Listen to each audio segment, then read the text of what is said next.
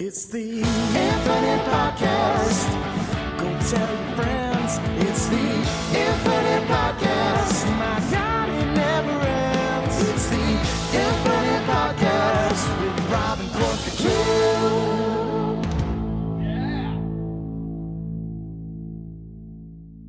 Hello, everybody. Welcome to another episode of the Project Infinite Podcast, the podcast covering the infinite and ever-expanding multiverse of fandom for movies, comics, TV shows, video games, fantasy epics.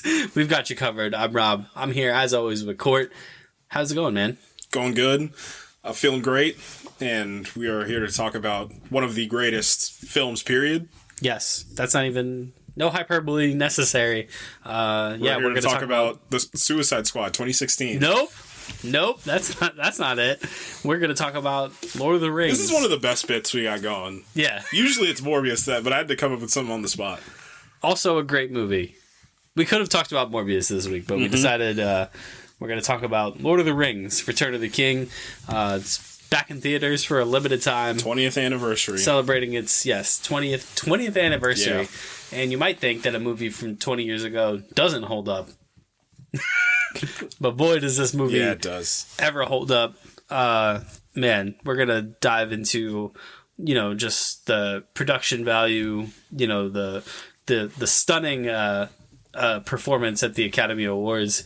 And to be honest, kind of a underperformance at the Academy Awards in terms of what it didn't get nominated for, which we'll definitely talk about before we talk about our favorite bits from the extended version of Return of the King. And, for an extended version, I will say almost 4.5 hours, it doesn't feel it, which is nuts. No, it does feel maybe 3:20, maybe 3:15-ish, but it does not feel like 4.5 hours at all. And the cinema experience, it felt very much like the Top Gun experience, but this one was unique in the way where it was an IP that was already out. It was something that was already, been released. It's 20 years. It's an anniversary edition. People coming to see something that had already been done, and just kind of coming to relive some of their favorite movies. It's a great experience. Anytime you can get to any sort of fan event, it's always fun. And I'm glad the third fan event we've done. We did the Batman was the first one, then the Top Gun Maverick. Top Gun Maverick was definitely the most surprising one, but this one was just great to, see just an absolutely incredible grand odyssey of a film.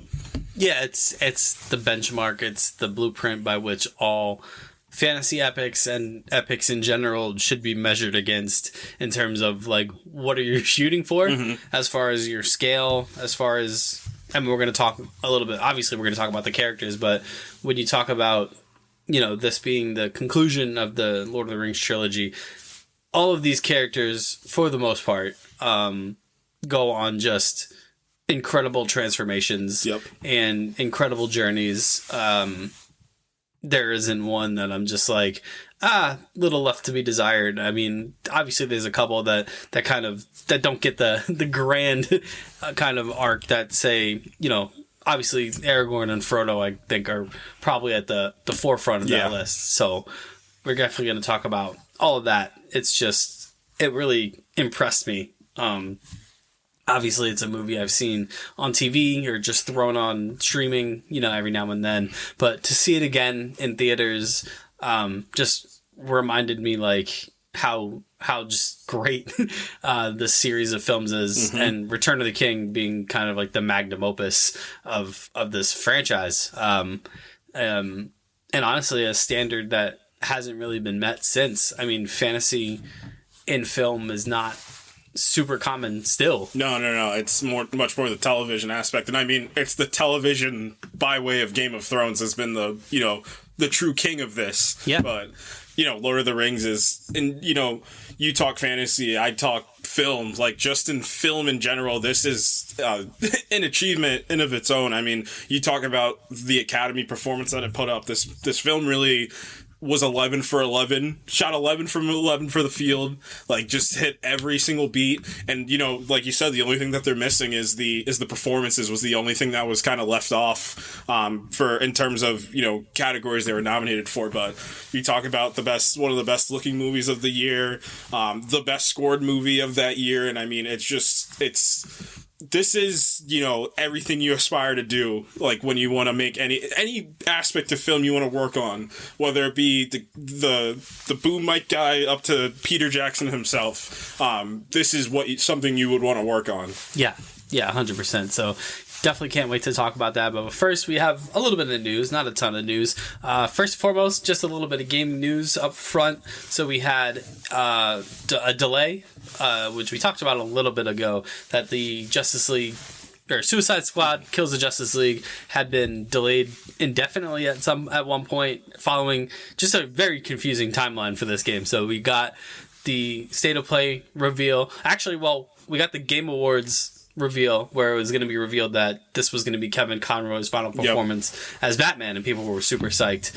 And then the State of Play happened, where that was the big showcase game of the State of Play. It was a 20-minute kind of showcase of this game, and that kind of got people excited. Obviously, people were concerned with the games of service piece and the chronically online piece, and then puzzlingly enough, it was delayed indefinitely, and now we have a firm new release date of February of 2024. So nearly a year. This game that seemed to be picking up momentum in terms of its promotion and everything has now been shelved for a year, and that's not very common. I think we say here a lot, especially as it pertains to games, like delays are not always the worst thing in the world. But this feels like a retooling of sorts for this game, and who knows what it's going to look like come February. Yeah, I mean, the big thing that this game was holding over everybody's heads was the live service, which,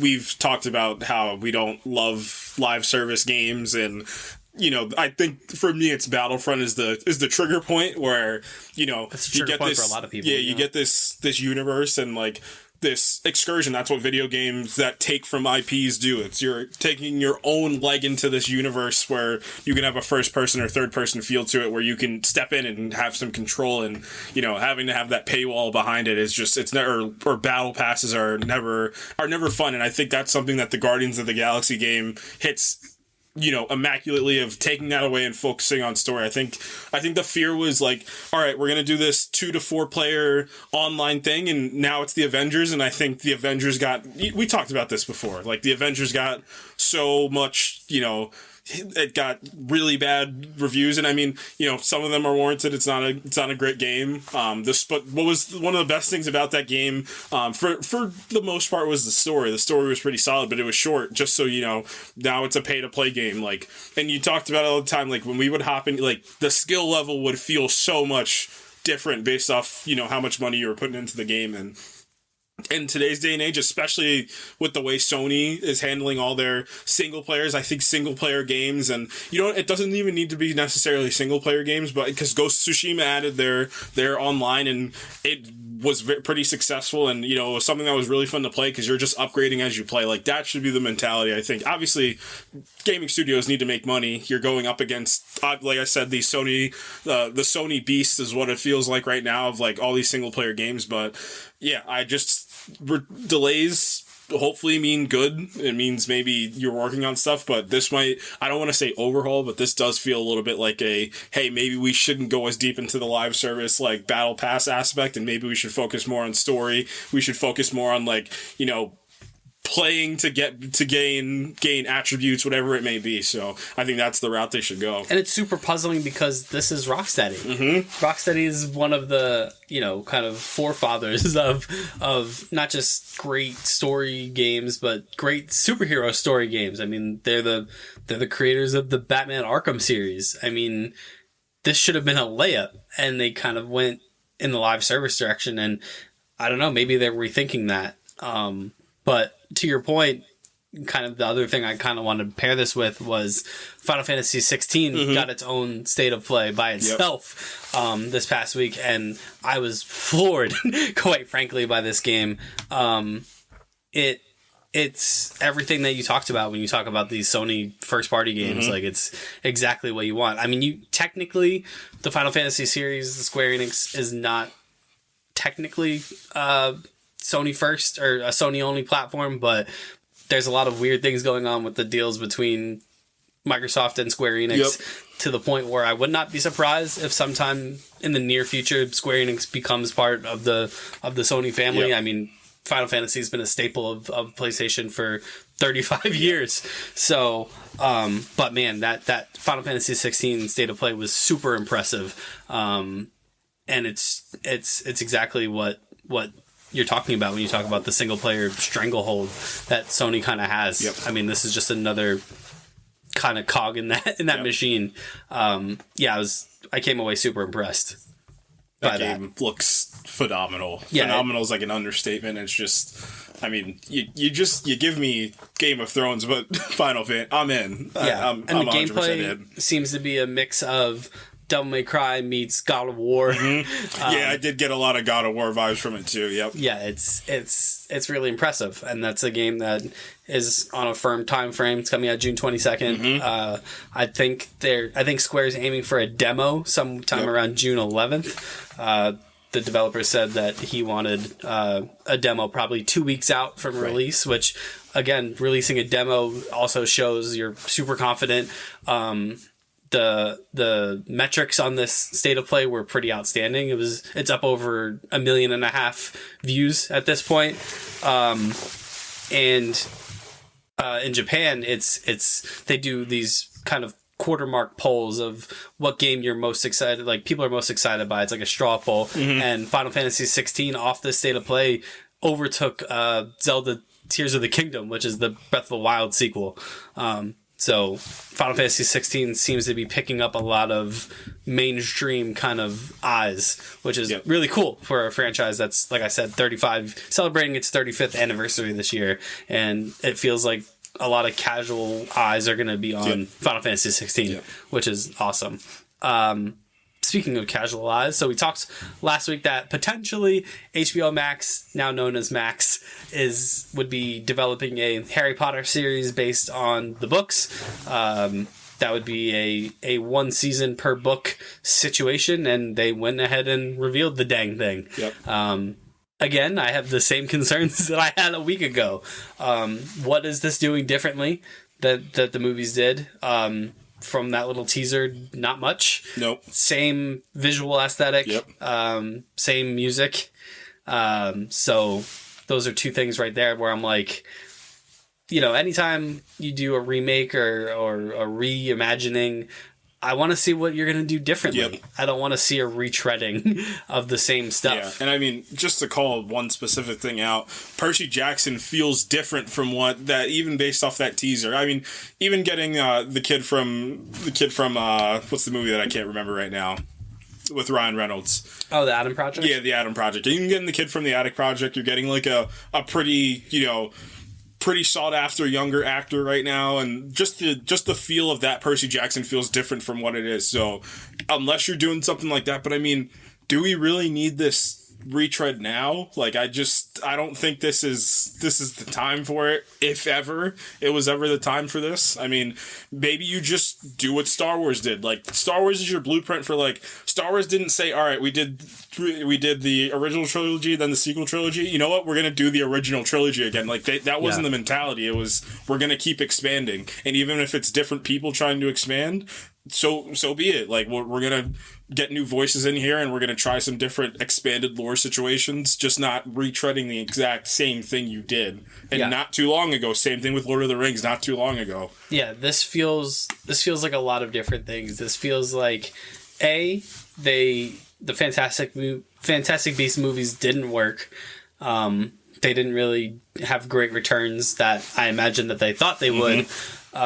Being from the Wizarding World universe, and B, Hogwarts Legacy being such a linchpin and such a firestorm, positively or negatively, makes, it's Warner Brothers, so, probably made them think, like, we can strike at something. But where does Hogwarts Legacy take place? Right. 100 years before. Like, it doesn't take place with, like, there's no Harry, there's nobody there. It's everybody, it's either just, or ancestors of them, or that's it. So. Yeah. Not to mention, like, what we talked about last week, just the J.K. Rowling piece of this, people don't want her around for very good reasons, and she's apparently going to be pretty hands-on. That was my number one, like, eye opener. Like this feels like it was our thing that we were like. It feels like they need money. Like that feels like the number one concern is we just need money in the account. And I'm not sure long form TV is the way to make that money. Either. I don't know. I mean, you're gonna put it on Max. Why are they calling it Max? Just continue to call it HBO Max. But you're gonna put it on Max, and it's gonna be, I just don't think it's gonna hold the same weight that a Euphoria or a Last of Us or a Succession is gonna hold. No, I don't think so either. And the idea that they're already kind of making this feels very Marvel Phase 5 and recent-ish DC-ish, where they're like, we're going to do one season per book. Yeah. Like, I don't see this going 8 seasons. 8 seasons would be insane. That would be insanity. And now that they've made this promise, like, they've backed themselves into this corner. Like, if the first season doesn't go well, what do you do? Yeah. Do you cut bait?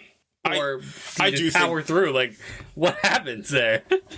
I do think they're going to get their seasons off. I don't see the need for this. I very much don't. Yeah. I don't. It's funny. Like, sometimes we got this vibe.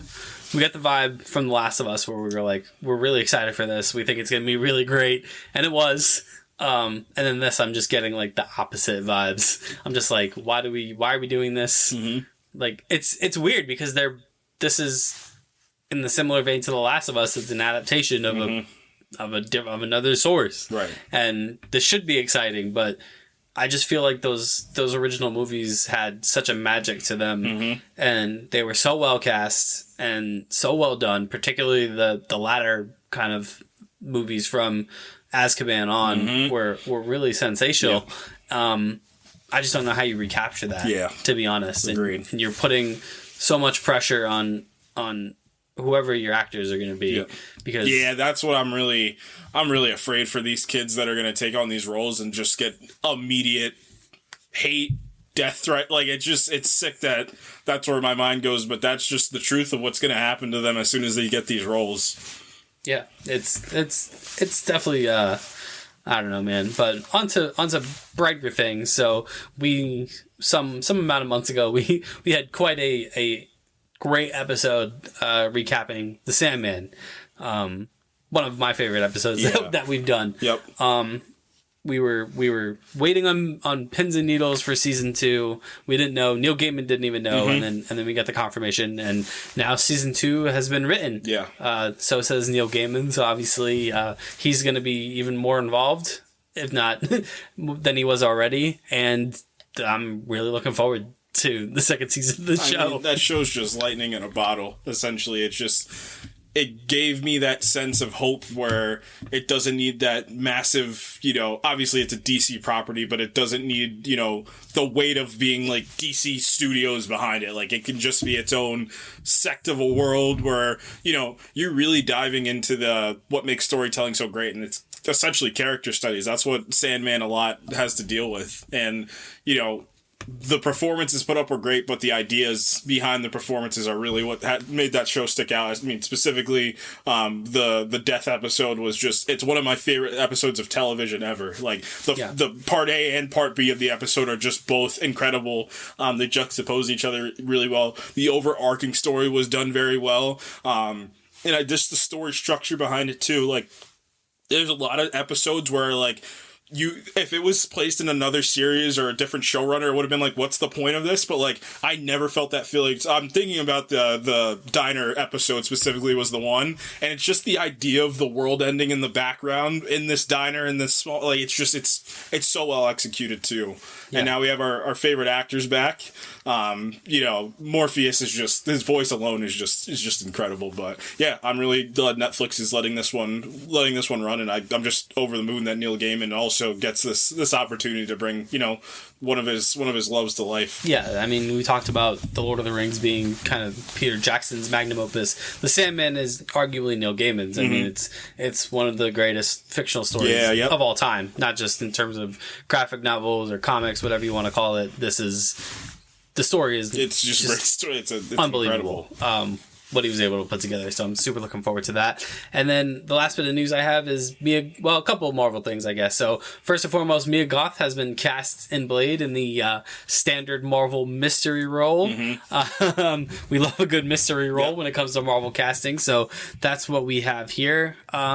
This Blade movie's definitely taken some turns in the last 6 months. I do think this movie's been completely overhauled. I think whatever script was given to Kevin Feige the first time around, I think it's probably like 90% different from the script that probably was just given to him to get Mia Goth in this movie, because I think like a couple months ago they weren't even thinking of it, but Mia Goth is the horror queen right now. You need a horror movie, you put Mia Goth in it right now. So I think that's a good get. I think that's a smart decision to add her in. If she's some big, long-lasting Marvel character, or just, I don't think she's going to be an original creation. I do think she's going to be somebody from Marvel Comics, but who's to say who it is? I just think that's a tremendous pickup. I think that's something that's going to play well off of Mahershala Ali as well too. So yeah, here's to the Blade movie having a great comeback. That would make me really happy. Yeah, and I mean it. With Guardians kind of right around the corner, it does feel like,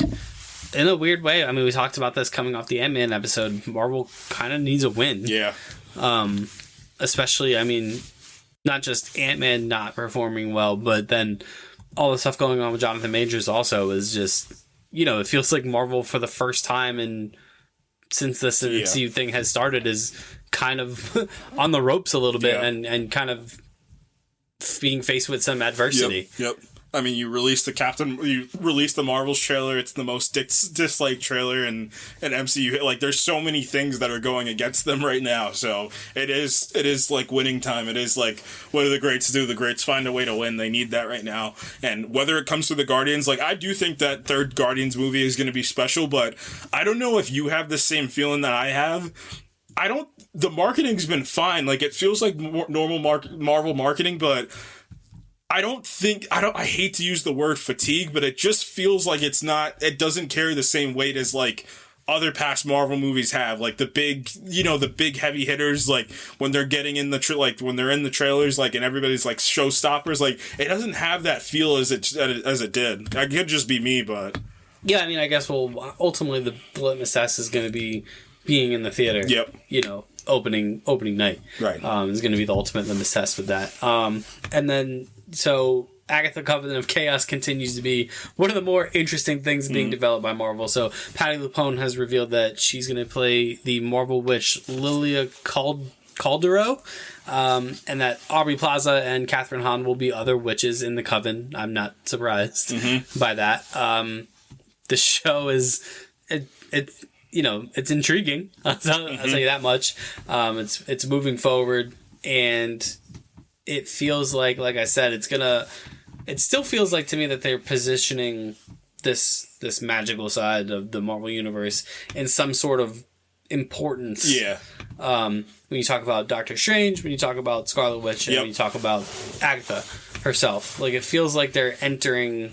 It feels like the Marvel mysticism is going to be prevalent. Yeah, the thing I think about, I mean, if you look at Jonathan Hickman's Secret Wars, a big thing that came from that was Doctor Strange's like need to obtain power to try to prevent the multiverse from ending. That was a big part of it. So I wonder if it's a remix to that, obviously, but I wonder if it's like a small pull from that. Like, it's this idea that like this magical because probably the Avengers are going to meet Kang for the first time, and they're going to be like, so there's no way we can beat like a technologically advanced time traveling being, right? And they're like, well, magic probably could be the thing that can beat him. So I wonder if that's like the pull, like that's the draw. Like, all the magical beings are like going to be like, all right, we need to this is going to be the way we're going to have to beat him. But I just don't know if that's going to be a strong enough of a linchpin to put in to kind of propel yourself to the finish line for that. But we'll see. I mean, the thing that your propelling force is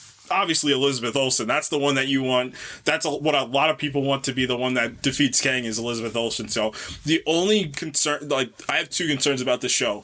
My main one is it too far removed from WandaVision for people to care about it? Because when WandaVision was at its height and like everybody, because Catherine Hahn was like, everybody's favorite villain at that point. Like, is it too far removed from that to get her back on the screen and people have the same feel for it? And then it's just this idea of what we talked about with like Echo. Like, do we need this? Like, is this something that they need a win? Like, is this the win that they need?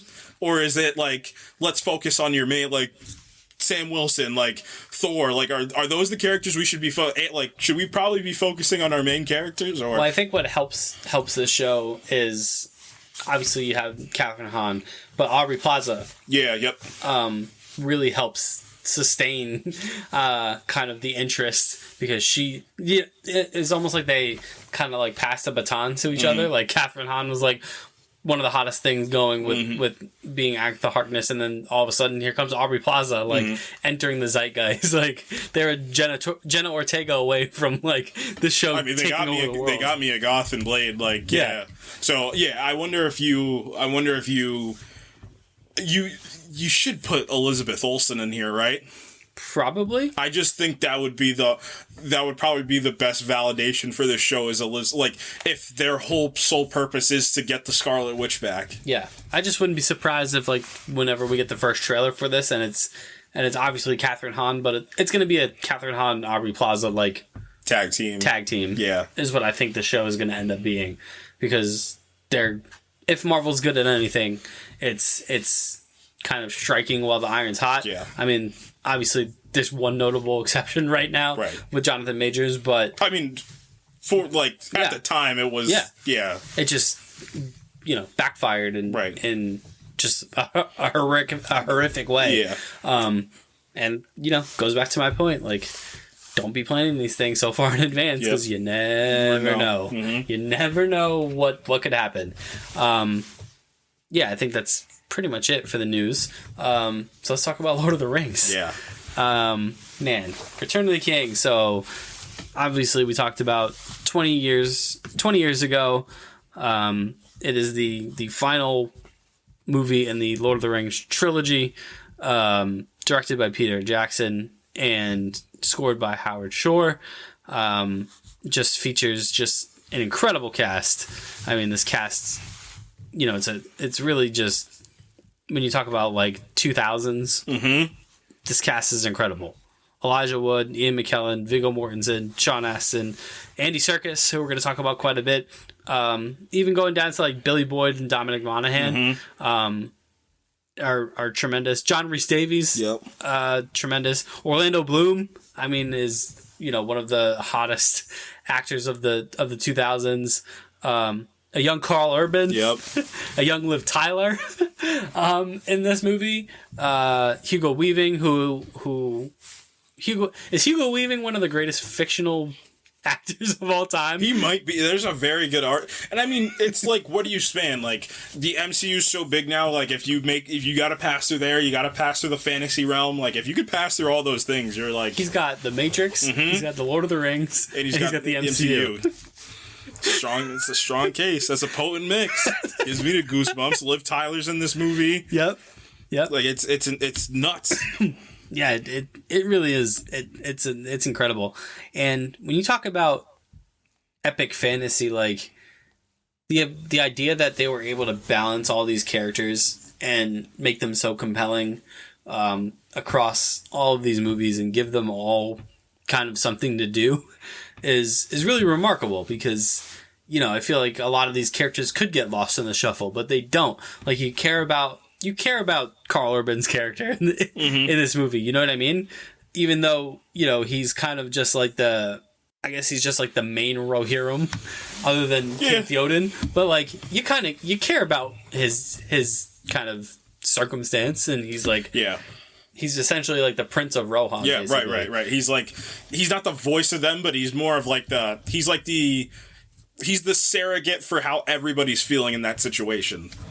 Yeah, and he's the one, obviously more so in the Two Towers. His character arc is like, do we really trust Aragorn? Like, is he really is he really the heir to the throne? And like, by the time you get to this movie, like he's bought in.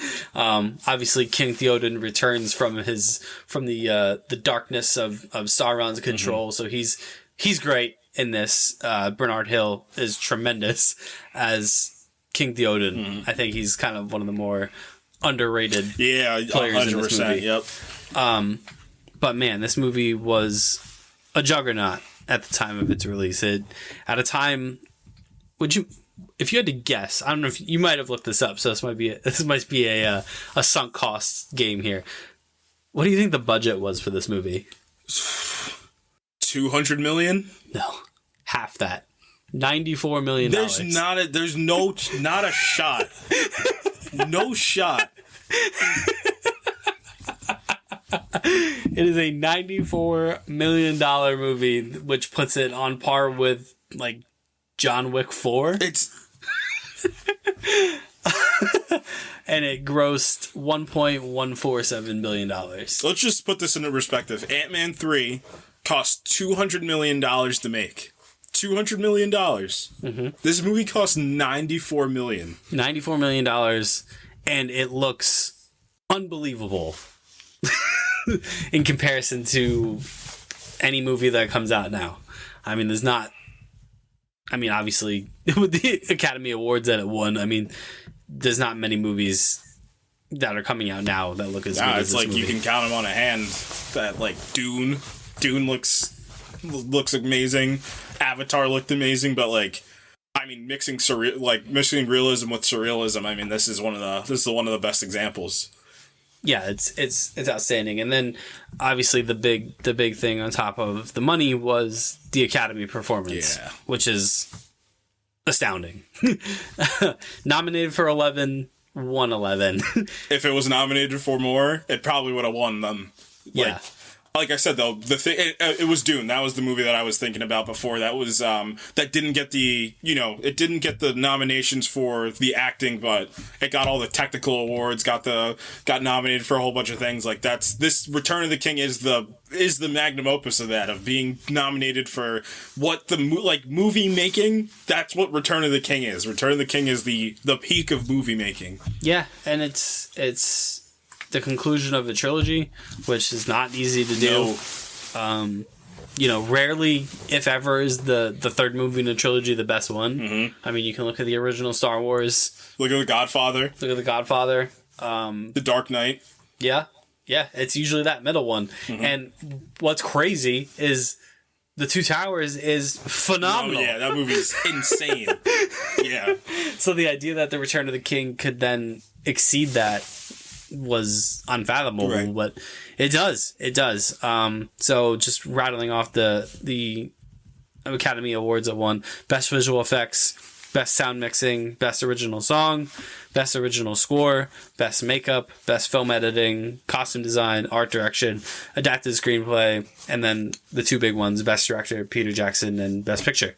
It's hard to do better than that. It's actually impossible to do better than that when you win every award you're nominated for. And it's crazy to think that it deserved more, particularly in acting categories. I think there's a couple really tremendous standout performances in this movie. I agree 100%. I think plausibly Elijah Wood could have been nominated, and there's who won in 2003? It was Sean Penn won, right, for Mystic River, right? Mystic River, yeah. Mystic River swept the acting. Yep. Well, the actor and supporting actor was won by Tim Robbins and Sean Penn, right? So, and Mystic River is still a very good movie. Yeah. Very well acted movie. But in terms of what you have in your corner, I think Lord of the Rings has everything in the corner for, in my opinion, Sean Astin to win Best Supporting Actor. Absolutely. And for Elijah Wood to win Best Actor, because his performance is just, it's adaptive, it is visceral, and it is triumphant. I think that's the best way to sum it up. Yeah, when we left the theater going to see this, I told you, Frodo has gone through some stuff. Yeah.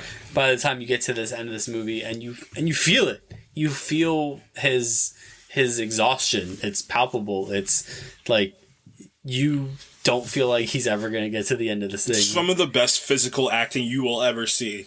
Yeah, he's believably exhausted. It's like there's tired and then there's exhaustion is just exuding from every pore of his body, but there's just this incredible will about this movie. I mean, and it's allegorical. It's the will of, in front of the camera and behind the camera. It's like all the aspects that go into movie making. There's just like this energy that this movie brings of like, this is greatness. This is the definition of greatness. And then, in front of the camera, the story itself, like what Frodo's trying to achieve, like it's like this, it's an impossible feat. I mean, you talk about the bigger picture of movies, like, and storytelling, it's incredible. Like it's so simple but yet so potent. Like it's just this guy, like this random everyday average Joe trying to just do the best thing that he can do to save everybody. That's it. That's all he's doing. But when you insert it into this and you have all these characters bounce off your main characters and you have this story and you have this landscape and you have this vision, that's what encompasses everything and makes Lord of the Rings Return of the King.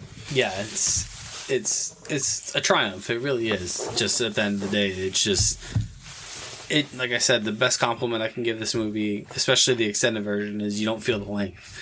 At a time where, anytime a 4.5 movie sounds daunting. That was one of the things about Avatar that people were like, is this really 3 hours? Like, are we really doing this? And I will say for Avatar Way of the Water, I didn't feel that 3 hours. I genuinely didn't. And this one is 420. Like, this is an hour longer than that movie. Yeah. And it does not feel like it at all because you're engaged. You're plausibly engaged. And this movie is so well crafted in the sense that it knows when to kind of simmer a bit and do some more expositional stuff, and then it scales back up with the big battles. I feel like that's kind of what makes this movie tick is it knows how to transition from the expositional pieces to the action pieces, and just the balance. And have your expositional pieces take place during your action sequences. Yeah. Because like your action sequences, they're not even sequences. They're like acts themselves. Like that's how I view them. They're not really like set pieces. Like your act is your battle because of how prolonged they are and how like you're already in the place you need to be before the battle starts. Like that's how Odysseys feel to me. Like it's the greatest, in my opinion, it's the greatest storytelling you can do is your adventures, like your Odyssey adventures, like, going back from the Iliad to the Odyssey to, I don't know, freaking Avatar, Way of the Water, like going all like spanning that much, whatever way you deliver them, whether it be through a book, a game, a comic book, a movie, a TV show, however you deliver it, it's like what you can do encompass, and Lord of the Rings might be the pinnacle of it for film. Yeah, and the cool thing about this movie is none of the transitions feel deflating. No. You spend some time, because this movie is obviously picking up kind of where Two Towers left off, and so the party, because it's a fantasy story, is sectioned off. Yep. So you that's what second movies do. You either, if it's like a team, you split the team up, or if it's a character, like you put the character in the worst position, and that's what this movie, like the beginning of this movie did. Like Frodo's the worst he's been so far. The temptation of the ring, it's getting to him at this point. I mean, they're outnumbered. Like it's clearly like they're outnumbered. Sauron's still out there somewhere. I mean, extended edition. We're talking only about the extended edition today. So Sauron's still out there somewhere. It seems like, the forces of Sauron's are gaining strength. Like everything that Sauron needs to succeed, he's gaining. Like it's really their backs are against the wall. And even, Frodo, it just being Frodo and Sam, like they're still outnumbered because Gollum has these machinations. And it's like they're emotionally outnumbered too. I think that's the more important thing. Like this is like most people will fall. Like most beings will be like too much. Like even Frodo. Yep. I mean, that was the whole conceit behind giving Frodo the ring, was like none of us can be trusted with it because it'll corrupt us. And even the incorruptible, by the time he gets to the mouth of Mount Doom, like he's even corrupted, right? And it takes the interference of Gollum to kind of force Frodo's hand kind of into destroying the ring. And that's the interesting part about Return of the King is it doesn't open with Frodo and Sam. It doesn't open with Gondor. It doesn't open with Aragorn or Gandalf. It opens with Gollum. Yep. And it opens with Gollum's backstory of how this unassuming hobbit became this corrupted monster. And that's kind of one of my it's not just one of my pet peeves about this, but everyone is Andy Serkis is incredible in this movie. I told you when we walked out of the theater, Andy Serkis, and like whenever the Oscar, what I forget what Oscars we just did, the 92nd, whatever it was.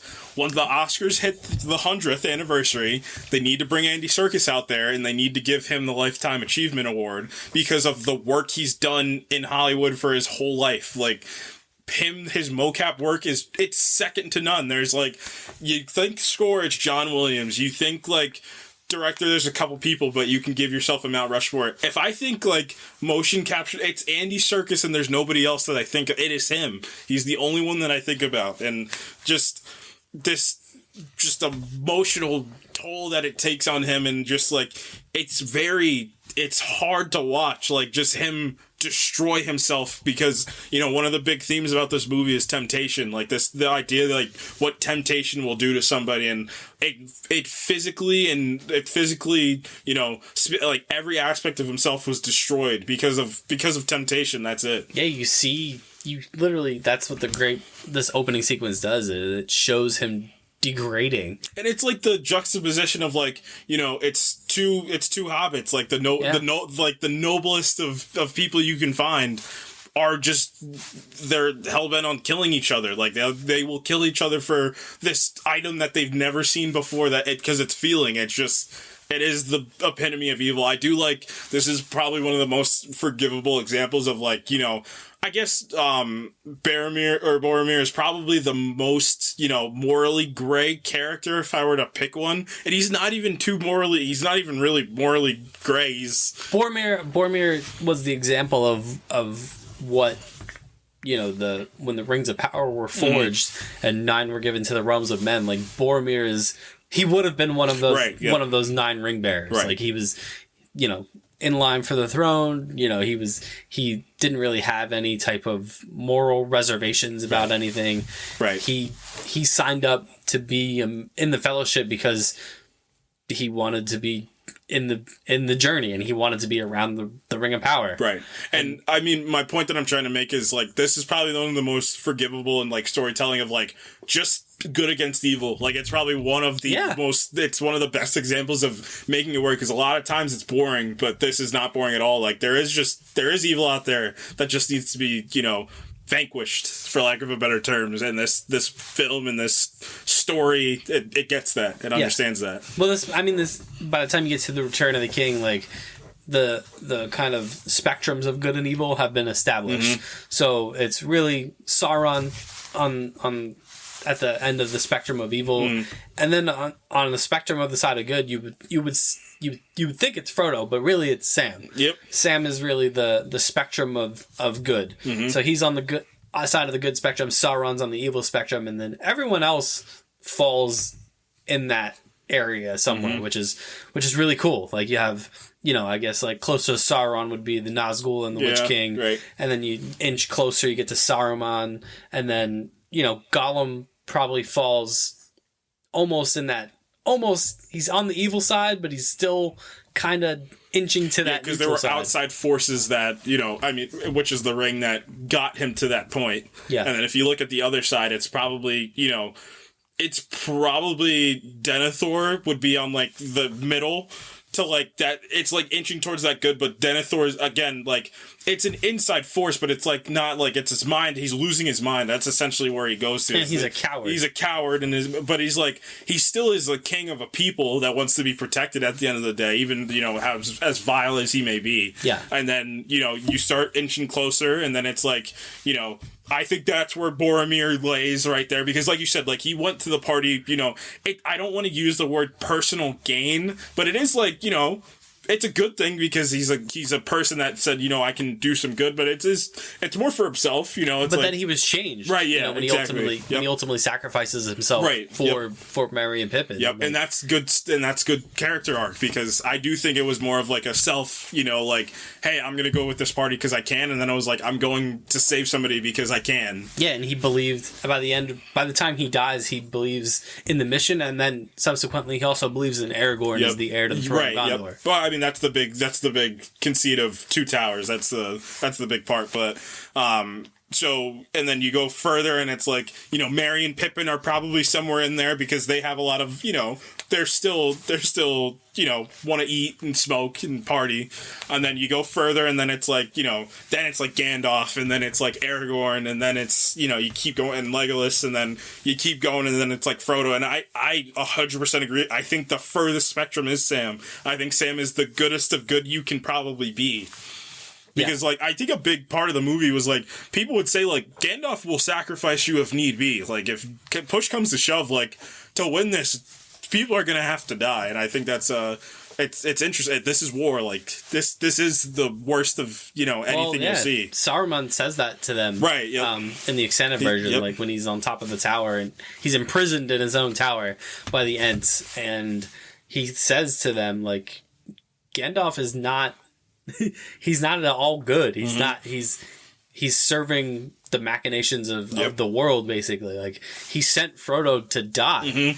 He knows they're not coming back from Mount Doom. It's a one-way trip. And there's only really one person that believes it's not, and it's Sam. And even Sam, by the end of it, was like, I don't think we're going home. But I'm still gonna get you there, and that's why he's the greatest of goods. Yeah, it's tremendous. And this does what all great trilogies do. It sets us up for the end. And that's ultimately what this does. You don't know who's making it out of here, too. I think that's something that's to be said and something that's very, very underrated piece of, some movies are like, all right, we know who's...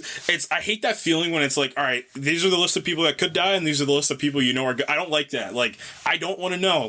And I truly believe in this movie. I did not know who was making... the first time you watch it, you don't know who's coming out of this. And I think it was reaffirmed for me on this, you don't know who's coming out of this. Is Frodo gonna die? We don't know. Is Aragorn actually gonna be the king, or is he gonna sacrifice himself? And what a kingly hey, you might not wear the crown as king, but you're gonna be king for a day. Yeah. Oh no, sorry, he called him king for the day. He what? What? House of the Dragon, just unmatched. Yeah, no, that's a tremendous point. Because all of these characters almost feel like they're on borrowed time. Especially Gandalf, right, exactly. That was my big one for that. Yep, because he dies obviously in Fellowship of the Ring. He makes his triumphant return in Two Towers, and then you don't really know what his deal is. Why is he back? What is his purpose? And we find out when the film concludes, his purpose was to get, destroy the One Ring and be Sauron's true opposition, and then he can kind of just that's it, mission fulfilled, and he can go away. He can go to the white sands. Yeah, you don't really know, and like you said, you don't know if Frodo's gonna make it back, and you really don't know if he's gonna make it back right up until the end, right up until he gives in to the temptation of the ring, and again, it's only through Gollum's interference that the ring's ultimately destroyed, which is one of the most interesting parts of the whole movie. Yeah, it's one of the more interesting endings to a story too. Of it wasn't the good overcame the evil. It was it was almost balance happened. The temptation ultimately is what the temptation led to demise. Yeah, of the ring. Right, of the ring itself. Yep, it's the temptation that it implemented on both Gollum and Frodo. By the end of it, is ultimately what undid it. Because without that, Gollum doesn't have this murderous desire to survive. Right, that's really what he is. He's like a cockroach. Right. When you think, when Sam kind of punts him into the abyss, you think that's it. It's one of the greatest, surprise, return moments of, any movie. When Gollum shows back up and the fires are out too, and you're like, what the? Yeah. It's really crazy. And what else can I say about this movie? I mean, it has just these great. I love the journey that Frodo and Aragorn go in this movie. Both of them. Yeah, they're the main characters. Yeah, they are the main characters, and I mean, Aragorn's such your stoic, normal,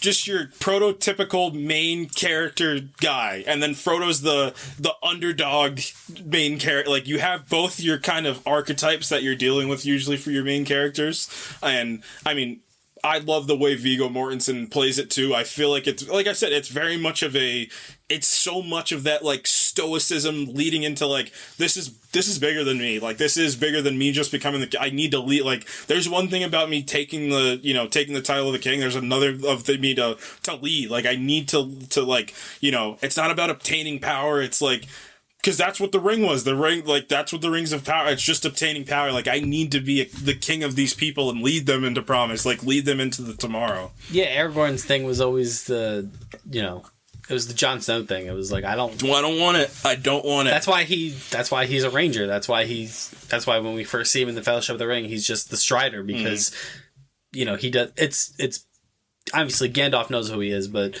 it's really Boromir that pegs him. In Rivendell in the Fellowship of the Ring, he's like, "You're the heir of Isildur, aren't you?" And Aragorn's like, "I'm not talking about this."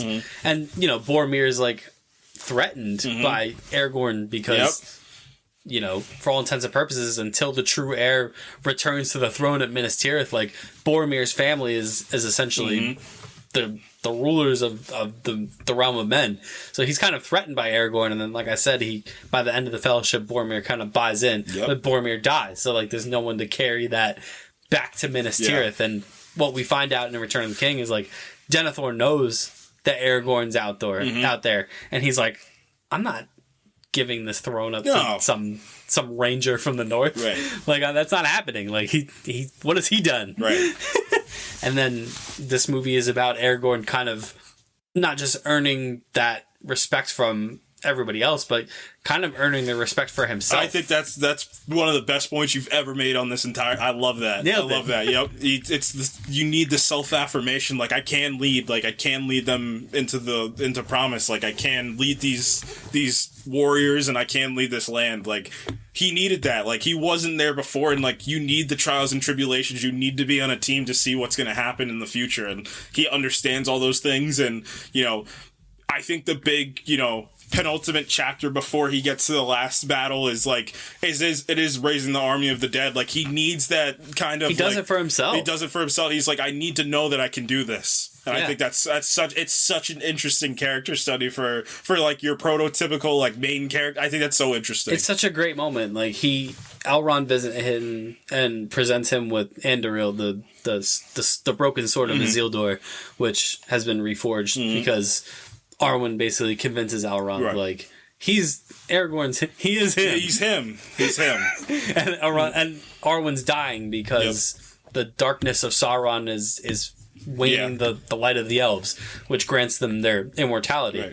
And Elrond's like, well, I don't want my daughter to die, but I don't really like this guy. Yeah. But also, I've seen the future, and I know that she's destined to have a child by this man, even if I don't want to admit it. Right. And then Arwen figures it out. She's like, you've always told me, like, my future, but you never thought to mention that I'd have a son. And Elrond's like, ugh. Fine. So, and he gives Aragorn the sword, and Aragorn's like, I don't deserve this. He's like, I don't care if you don't think you are going to be the next. You are him. You are him. You just need to believe that you're him. Yeah, and he's like, there's one way for you to basically prove that you can do this, and that's to walk the paths of the dead and get these marauders on board, because Isildur cursed them to a life of horrible everlasting eternity until they fulfill their oath to support the realm of men. And that's Aragorn's charge. Like, he takes that upon himself. Is that the same thing as, like, in Holes, like when he had had to carry Madame Zeroni up the mountain, so he carries Zero up. And that's the same exact thing. I love how you know that I'm right too. I didn't think I was gonna get a Lord of the Rings holes parallel, but am I not right? I'm not wrong. He's not wrong. He's making points. But I think that's one of the coolest parts of this is when he, you know, like I said, walks the paths of the dead for himself. Mm-hmm. It's obviously to help, you know, Gondor win and the Rohirrim win this battle, but it's also he needs to prove to himself that he's worthy of being the king of the realm of men. Like there hasn't been one since Isildur died. Like that's a lot of pressure, and I just love. I told you before, like the triumvirate of Aragorn, Gimli, and Legolas have like just that main party energy that like they have to travel together. Like Aragorn about to walk the path of the dead, and Gimli and Legolas are like, well, here we are. It's Captain America, Thor, and Iron Man walking. Like that's the three of them. They're very much they're the main character. Like and like Aragorn's like, I have to do this alone, and Gimli's like, well, we're coming. Yeah. So, John Rhys Davies is amazing he's as so Gimli. good. Like I was thinking while I was watching it, like it feels like a lot of the extended edition is just Gimli reaction cuts. Yep, Gimli one-liners. Gimli one-liners and reaction face to like certain situations. We're like, ooh. Merry and Pippin also get that energy. They also get that in this. But their relationship is so good. Yeah. Between Merry and Pippin. It's just growth because they're not just... A lot of franchises don't get this. Like, they don't understand, like, they need, like... The one I think about is, like, obviously different circumstance was, like, Shuri and Black Panther Wakanda Forever. Like, you can't be the comic relief to be the like, you're still a person at the end of this that exists in this world. And, like, it's just the idea of, like, Frodo being one of them. And they're just, like, they play off that. They're like, all right, we can also have, even many people have told us, like, we're too small or we can't come on this journey. Like, we're here, so we're here to fight or we're here to help. Like, that's what we're here for. And, like, we're here to be brave. And I love what Return of the King does, doubling down on hitching Pippin to Gandalf. It's so genius. It's so genius. Because it's this running through line all the way back to Fellowship of the Ring when they're in the Mines of Moria and Pippin knocks the helmet down the well and Gandalf is just like, fool of a took. Yep. Like, they already have that kind of loose bond with one another. And then ultimately in Return of the King, it's Pippin that travels with Gandalf because he incidentally comes across the sphere from Saruman and kind of becomes a greater part of the story. Well, they need to get him out. Yeah, as soon as, because he picks up the spear, and then Sauron knows exactly where. So he's like, we gotta go, man. And you know, all of a sudden, Pippin becomes a bigger part of the story. If this makes sense, he's also like. I feel like Gandalf doesn't get to talk to people. Like, he doesn't get to vent. And, like, now he just gets to kind of vent about everything that's happened to him in his entire life to Pippin at points. And I'm just thinking about, you know, after they get to where they need to go, after, like, that's where I think about. Like, once they get to the kingdom, it's very much of, like, all right, Pippin, let me tell you a story. So. Yeah, that's 100% right. And I love the protectiveness that Merry has over him. I mean, you're going to talk about that scene later where he watches Gandalf and Pippin ride off and he's like, we've never been apart before. Like, I'm always here. I'm always there to get him out of trouble. Like, even though they're kind of both comic relief, like, Merry's always been the more serious one. Yep. And Pippin does a lot of growing in this movie. Yeah, he does. This movie's, the relationships... Yeah. Just I could talk about for days.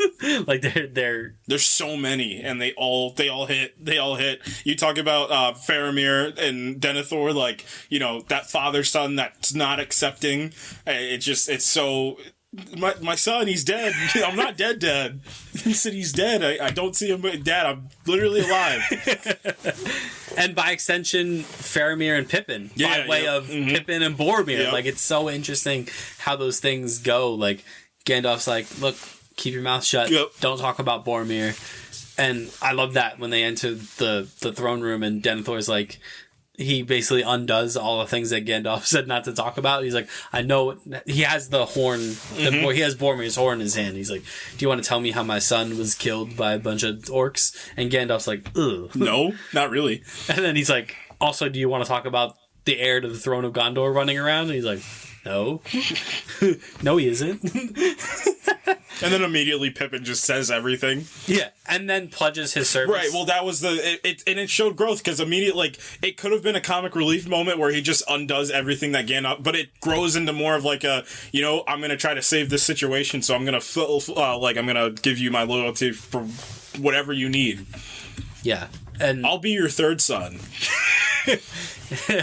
Denethor. Man. He's my favorite character, but he sucks. He's such a grimy, slimy piece of crap king. Speaking of pieces of crap, Gollum is manipulating Frodo this entire time. Yeah.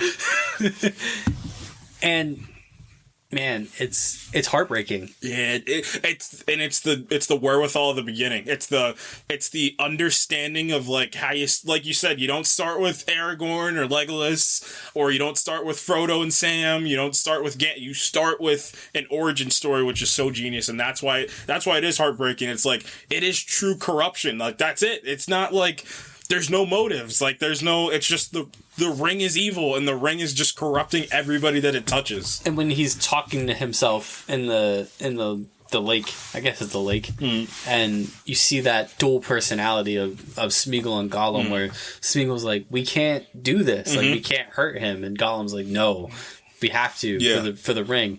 And then the heartbreaking thing about it is Gollum succeeds in turning Frodo against Sam. Yep. And you're like, not Sam. Yeah. Like, Frodo, that's your ride or die. That's your best friend. Like, you can't turn on him like this. But it just shows how Gollum's mind works, where he realizes that if he can get Frodo away from Sam, because he realizes that Sam is that incorruptible force for good, and he's like, I gotta get him out of the picture, because I won't be able to win. Yep.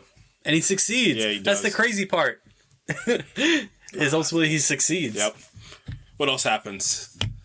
Big spider? Big spider. Oh, that scene is just incredible. It's so, if you're arachnophobic, do not close your eyes during the scene, but it's so, and you know what my favorite part about that scene is? It's the fact that it's the idea of horror, it's the best way to go about horror. It's not the bang, it's the anticipation for the bang is where the true horror comes in. Like, I love how it's just a little stab at the end, like, it's just creeping around everywhere, and you're like, I can't do it. And it happens off screen. Like, all of a sudden, like, it's a close-up on Frodo, and all of a sudden he's just like, and you're like, what just happened? Yep.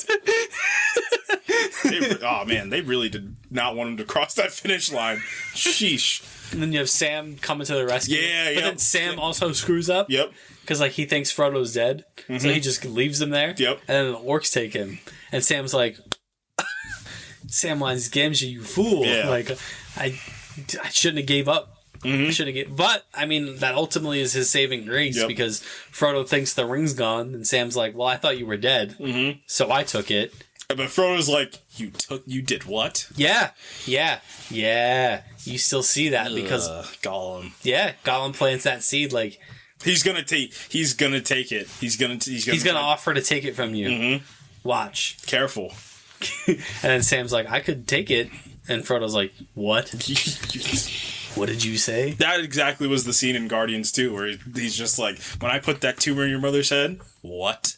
And Sam's like, I was gonna give it back. Like, Sean Astin is so just unassuming and lovable. Like, you don't want anything bad to happen to him. Like, you can just tell that character's motivations are so pure and just so wants to like help his best friend do the thing.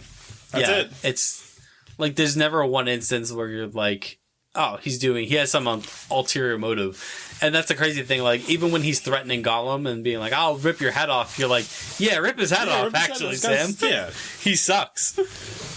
Man. Oh, man. This movie has so much. There's so much in this movie. That's why I didn't want to do like a beat for beat like recap like we usually do, because we'd be here for days.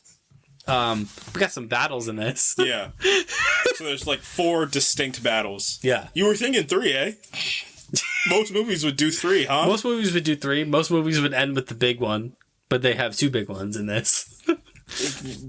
Nuts. Just a nuts thing that they did. And it's cool, like, each battle like bleeds into the next, and it's really this race against time. is basically what this is. Like, so Minas Tirith is basically the last bastion of mankind. It's the seat of power of Gondor. Like, if Sauron overtakes Minas Tirith, like, it's over.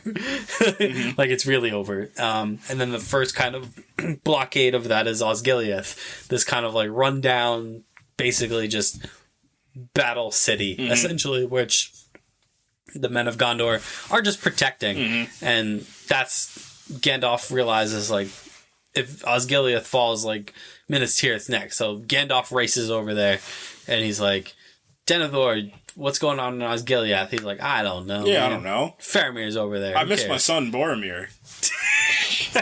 And my other son, I can't remember his name, but he's over there. Ah, Faramir. Oh, yeah. Yeah. That one. Meanwhile, Faramir's over there, and we were introduced to Faramir in the Two Towers, which is another cool thing about these movies is, like, Faramir met Frodo and Sam. Like, very, like, unassumingly. Right. So you're like, oh, Faramir. And then Osgiliath is overrun, and Faramir retreats back to the city. Yep. And Denethor's like, Faramir, you coward. Yeah, you stink. You can't do anything right. Faramir's like, there was a billion orcs. Like, what did you want me to do? Die! I love the beginning of that scene. I just love the nighttime feel, like the nighttime setting to it as well. I just think it's really, really well crafted. It comes off that really good monologue from Gandalf before that too, where he talks about the Nazgul. He talks about talks about, like, this is it, like, this is the last line of defense that we have. And he's like, you can feel it too, like, you can feel Sauron, his power growing. Like, this really, like, he talks about, like, the board is set, like, the pieces are moving, like, this is the last ditch effort that we have too. So just really well crafted. And Denethor's like, well, go take Osgiliath back. And Gandalf's like, that's a bad idea. And Denethor's like, shut up. Shut up. You stupid wizard. Yeah. So, and then Denethor wraps up, and he's like, is there anyone that has the balls to take Osgiliath back? Because I know my son sure doesn't. And Faramir's like, I will do it. And they're like, you know you're gonna die, right? Like, this is a suicide mission. He's just like, well, for the good of the realm. And Faramir's like, it's one of the most, like, heartbreaking scenes in the movie. When Faramir's like, you wish that I was dead instead of Boromir. Well, right before that, he sees you know that Denethor's he's losing his mind. Like, he sees visions of Boromir. Sean Bean. Exactly what happened is, I think, like, they told Sean Bean he was going to be killed off. He's like, but I want to be in the third one. And then they were like, do the sexiest face you can find for 7 seconds. And that's exactly Sean Bean's entire role in this movie. And Faramir's like, you know, it's super heartbreaking where Faramir's like, you wish that I was dead and Boromir was still here. And Denethor goes, yeah, I do wish that. And then Faramir says, since Boromir's not here, I'll do what I can. And, you know, if I come back, I hope you think better of me. And then Denethor goes, that will depend on the manner of your return. Basically implying, like, if you come back dead... Good. Exactly. It's so crazy. And then right after that is where, like, you know, that's where we go back with Frodo and Sam and Gollum's, he's even more planting the seeds. I think that's where they, it's the food situation where he throws the food over the edge. He's just like, crumbs. Crumbs, this fat bastard ate all the food. And Frodo, no, I didn't. No, I didn't. I would never. And Frodo's like, man, the way Elijah Wood says, go home, Sam, I'm like... heartbreaking. Yeah, I'm like, oh no, not like this, not Frodo and the boys, not like this. And Sam loyal to a fault. He goes. Yep. He starts descending the mountain, and then just that tick in the back of his head, like when he overheard Gollum at the lake saying, like, we'll lead them up the stairs and we'll feed them to her, and she will take care of it. And that thought never left Sam's mind. And he's like, I can't leave him with Gollum. Like, I can't leave him alone. And he goes back up and follows him. And it's, man, I love Sam. She's the best. And then, he's the best. Yeah, Aragorn left because that's the race against time I'm talking about. Like, the Rohirrim, the Odin's army is trying to get to Minas Tirith. They're trying to recruit the men because basically what happens is there's a ley line of bonfires that get lit from Minas Tirith to signal we need to unite the realm of And men. Denethor doesn't want to do it. Yeah. He's like, absolutely not. If I see one flame, I'm going to lose it. And Gandalf's like, get up there and light that flame. Yeah. Get the bumbling idiots guarding the tower to do bumbling idiot stuff and go light that flame. And he does it. He lights the flame. And then, it's one of the coolest shots in the whole it's movie. really good. Like, It's really good. when you see just the sequence of fires being lit. Yep. And it reaches Theoden, and he's like, the flame is lit. Yeah. He's like, what? Time to go, fellas. We ride at dawn. Yep. Not even at dawn. We ride right now, actually. Right, yeah. Everybody pack their thing. Gather all the men you can. Yeah. So they're like, as they're riding across the Middle Earth, like they're recruiting men. And they finally get to like the final camp. And Theoden's like, we don't have enough men. 6,000 spears, and it's still not enough. Yeah. And Aragorn's like... No, well, Aragorn, like, looks to the left, and he's just like, is that a ghost? And everybody's like, are you insane? This doesn't happen, but it'd be funnier if it happened this way. But yeah, he, like, looks off, and then he, like, looks in that, like, little... The Path of the Dead. Yeah, and he's just like... I know that ain't who I think it is. And everyone's like, don't go down there. That's the path of the dead. Nobody's returned. And then big main character energy, I shall return. And then Legolas is like, well, I want to go. And then there's like classic like miscommunication where the group's like, where is he going? Yeah. He's leaving us. He's like, he's going to leave us to die. And they're just like, you're no true king. He's like, give me like another hour and a half. I'll be back. They want to hitch him with Eowyn. And she's like, do you want to get married? And Aragorn's like, no. Yeah. That's it. That's the extent of their relation. It's over. But he does it in the most gentlemanly way. Because he's a king. He's like, you're really great. It's not you, it's me, basically. Yeah. You're not an elf. I'm into elves. Yeah, I'm into elves. I'm into elves. I'm into Liv Tyler, actually. Yeah, I'm into specifically... You're Liv Tyler from the Hulk movies. She's not in those yet. Oh, crap. At this point. Crap.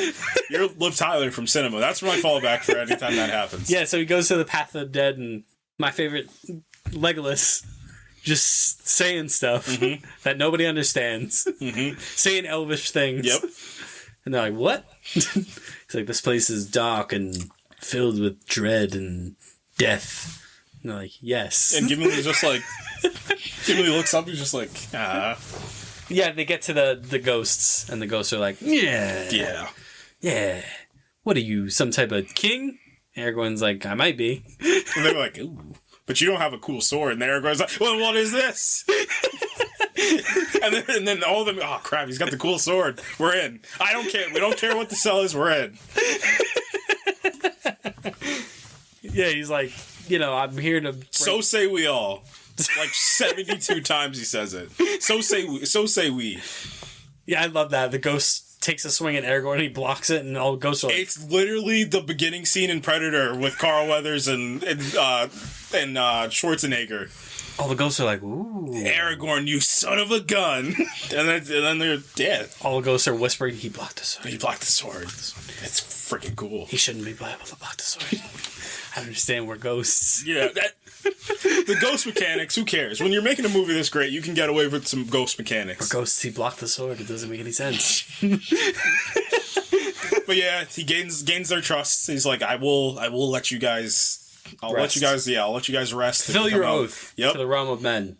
He's like, fine. And boy, does he. And then, meanwhile, while that's happening, one of the best scenes in this movie, in my opinion, is where... Mary, right? Yep, Mary's with Denethor. Pippin. Or Yeah, Pippin's with Denethor, and he's just like, can you sing me a song when my son goes to die? And it's perfect, like, bad king juxtaposition, like, the king won't go in the battle, like, it's perfect, like, that's... Sitting there eating. Close-ups of his face, stuffing his face. Yeah, and, like, once the arrows hit, like, the...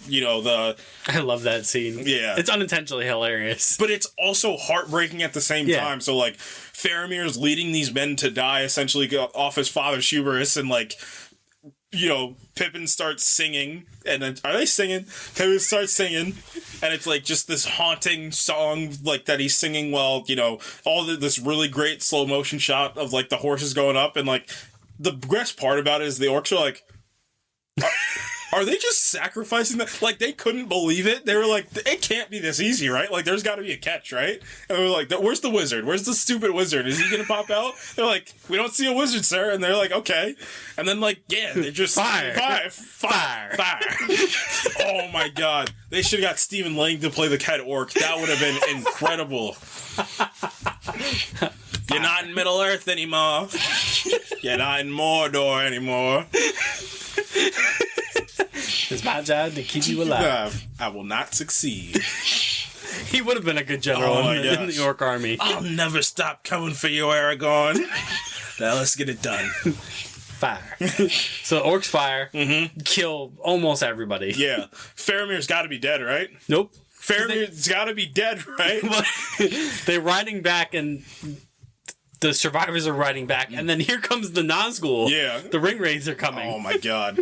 Just some of the most intimidating, like, they're what the Knights of Ren should be. Like, that's exactly the Knights of Ren build. From the first moment you see them in the Fellowship of the Ring, you're like, nope. Well, you understand why this movie went sound editing. Anytime they get, like, just the scream of the dragons are just, like, just piercing. Like, you thought the ring wraiths in the first two movies couldn't get any scarier. They put them on dragons. They put them on dragons, and then they give you the king ring wraith. Oh my God. They give you the Witch King of Angmar.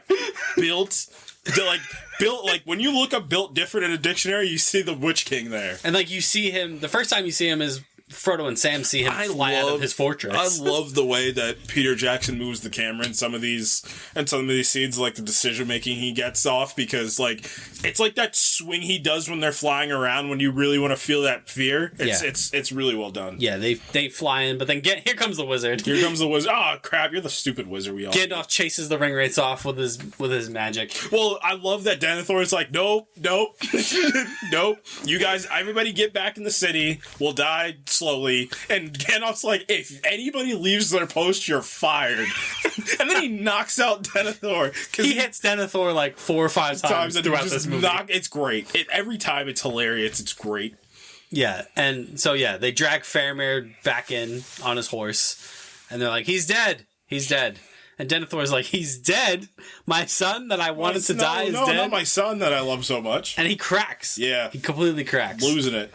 Meanwhile, the orcs are like, we should just take Minas Tirith, right? Right. We can just take the city? Yeah. Yeah, Sauron's like, well. Get in there, boys. Yeah, go on ahead. So here they come. The big orc army's coming. With their towers and their trolls with their giant drums.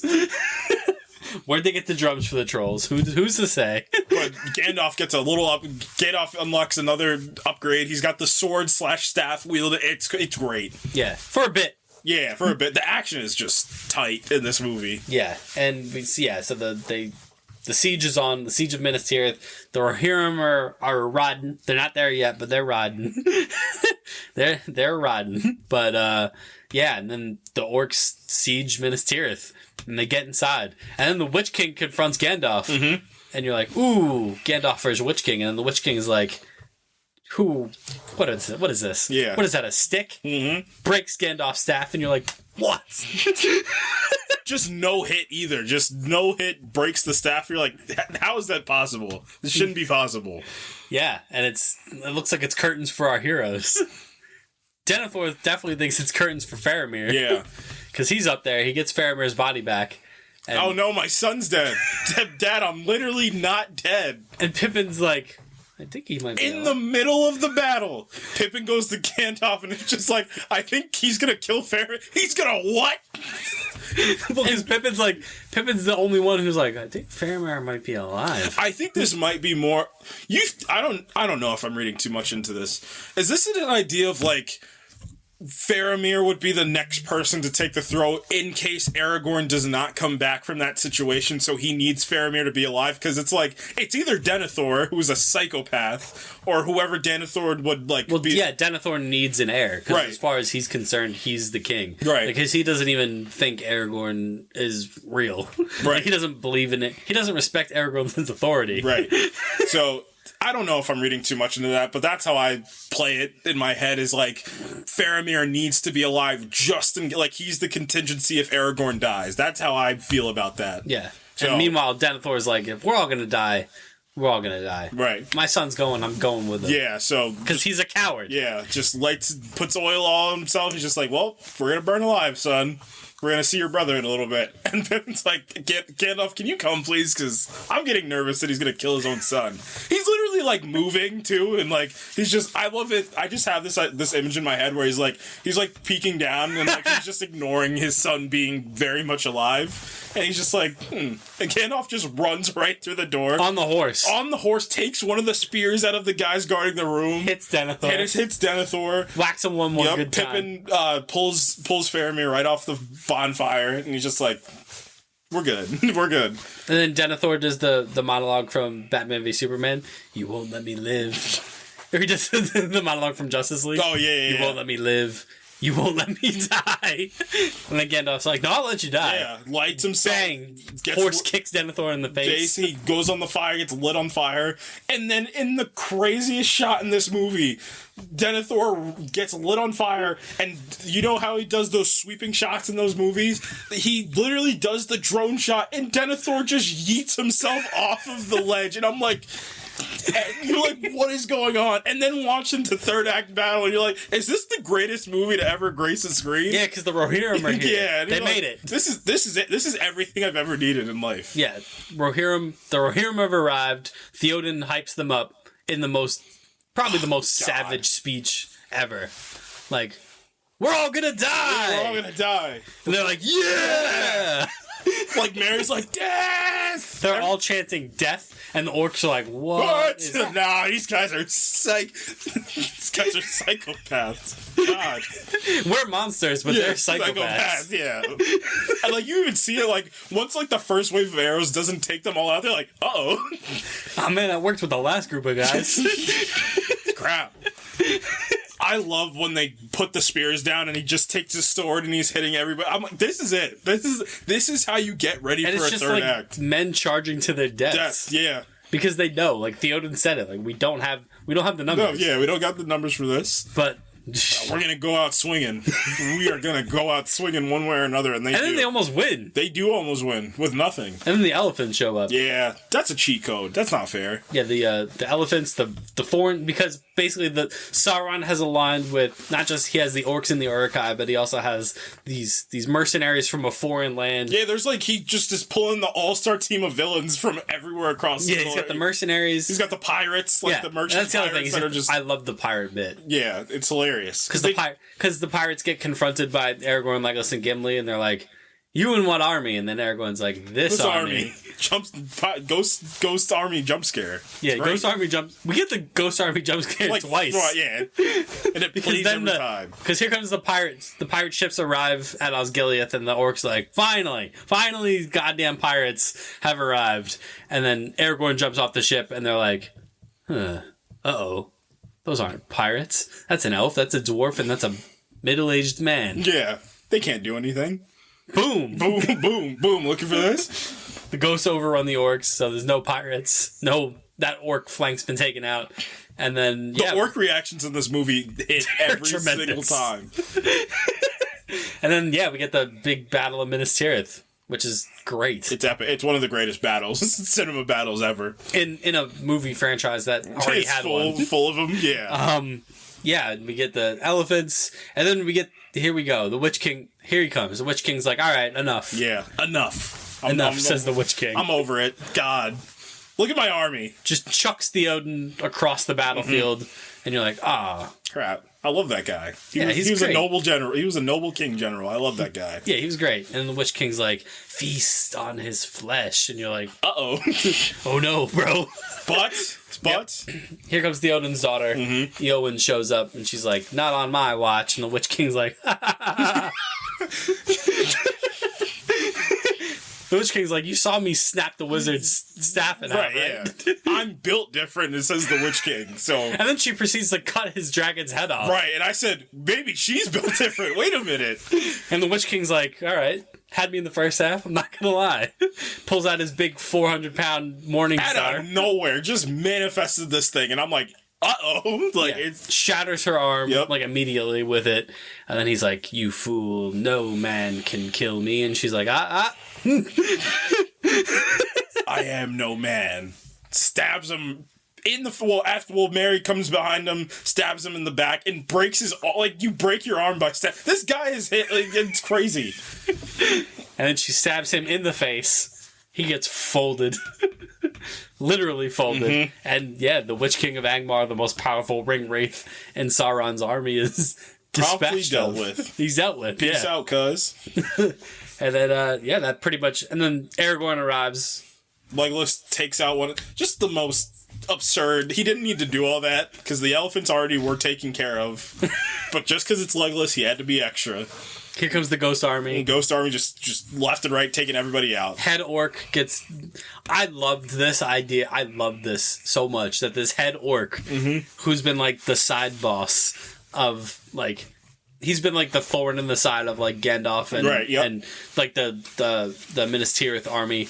And he's just dealt with by Aragorn, like, immediately. Like, step aside, the main characters have arrived. It's pretty great. Right.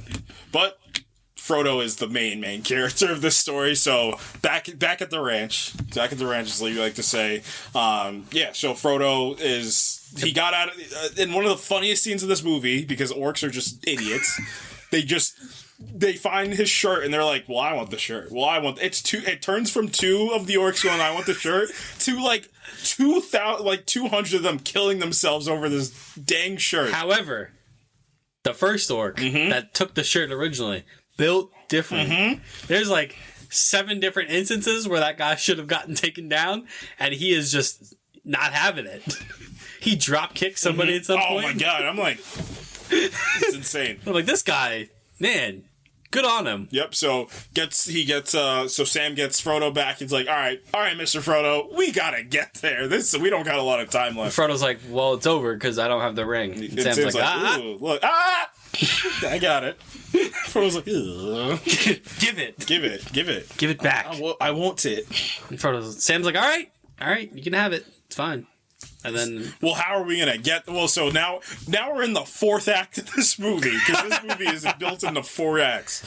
So we're in the 4th act of this movie, and so there's a plan. So the party, most of the party's back. They're in Minas Tirith, and they're like, all right, we need a plan. What's the frickin' plan? Because Frodo's gonna get caught immediately by Sauron's eye. If he's still alive. If he's still alive, like, how is he gonna get across? And Aragorn's like, well, I got a plan. Distraction. Diversion. They're like, well, if this... And Gimli's like, well, this is going to be the greatest diversion in history, so let's get after it. Because we're all going to die. Let's get on with it, says Gimli. Because we're like 400 guys strong at this point. He would have made a perfect bill if this... John Rhys Davies? Oh my god, it would have been perfect. Because we're like... And then the Rohirrim were like... I guess. Right. And then Aragorn's like, you still got that seeing eye thing? Like, you got that magic 8-ball of a seeing eye? And he's just like, yeah. He's like, give it. I want to talk to Sauron. I want to talk to my antithesis Sauron. I want to talk to my bud. Aragorn grabs the spear and he's like, Sauron, I'm calling you out. Yeah, and then he's just like, well, why don't you watch your wife die, idiot? And I was like, well, this sucks. God. Sauron's like, all right. Sauron's like, I'll see you at dusk. Yep. Also, your wife's dying, stupid, so have fun. He's like, ugh. But I have this sword. And Sauron's like, ugh, I hate that sword. It cut my hand off. Yep. So they go big old diversion, and while they're doing the diversion, Frodo's just, this is it. Like, this is Elijah Wood giving the best, like, he's almost there. It's not there yet. He's not there yet, but he's right there. He's just like, I can't, like, like, you see the rash on his, like, the weight of the ring literally is pulling down as the closer and closer he gets to Mount Doom. Because the ring also doesn't want to be destroyed. Right, yep. The ring has its own self-preservation. It's like it's ramping up the temptation. Like, right. You don't want to get rid of all this power, do you? Do you? He's like, He falls down, like, right in front of the Eye of Sauron. And then the greatest character of all time, Sam, is just like, come on, Mr. Frodo. Get up. Like, we're gonna finish. Like, I can't carry the ring, but I can't carry it for you, but I can carry you. After, like, Frodo, like, slow motion falls down, and the Eye of Sauron, like, whoop, yep, pivots, like, right to him. What is that? What is that? Is that the One Ring? Is that the one? That's not the One Ring, is it? What is that? And then, the what's left of the army of men shows up at the Black Gate. I just know, like, the guys in the army were like, ugh. Yeah, the Rohirrim. Like, we just had the biggest battle of all time, and Aragorn's this idiot new king Aragorn.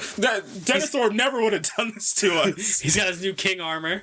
I stand with Denethor, says the army, because he's just like, I don't want to fight again. We just got done fighting. Fresh new king armor. Yep. They ride up to the Black Gate. I love Aragorn's main character energy. He's like, let the Lord of the Black Gate come forth, and so he can face justice. Yep. And they're like, where did he get this accent from? Yeah. And then the Black Gate opens, and in steps the mouth of Sauron, who is just everything Ebony Maw wishes he was. Man, it's great. He's so great. good. It's so good. He rolls up and he's like, who is among you is willing to treat with me? And he smiles. It's the grossest smile of all time. And Gandalf's like, we do not come to treat with Sauron, but to threaten him. Shut down his army and leave these lands. And he's like, Gandalf. Why does he say it like that? I have a token I was bidden to show thee. Pulls out the shirt. And you're like, we know Frodo's okay. Yeah, right. But this is just emotional manipulation. Right. By the mouth of Sauron. And he's like, look what I did. Yeah. So, battle on. Well, not yet. Because he's got... Oh, yeah. The mouth of Sauron has some more bars to get off. He goes, who would have thought one so small could endure so much pain? And he did, Gandalf. Goat. He did. Goat. And then Aragorn, gives the mouth of Sauron a look, and the mouth of Sauron turns, and he's like, and who is this? Isildur's heir? And he goes, it takes more to make a king than a broken elvish blade. And Aragorn's like, I'll show you, broken elvish blade. Chops Ka-chink. this MFer's head off. And this was the first instance I was like, all right, Aragorn is like that. He is like that. He is him. He is him. He is the king.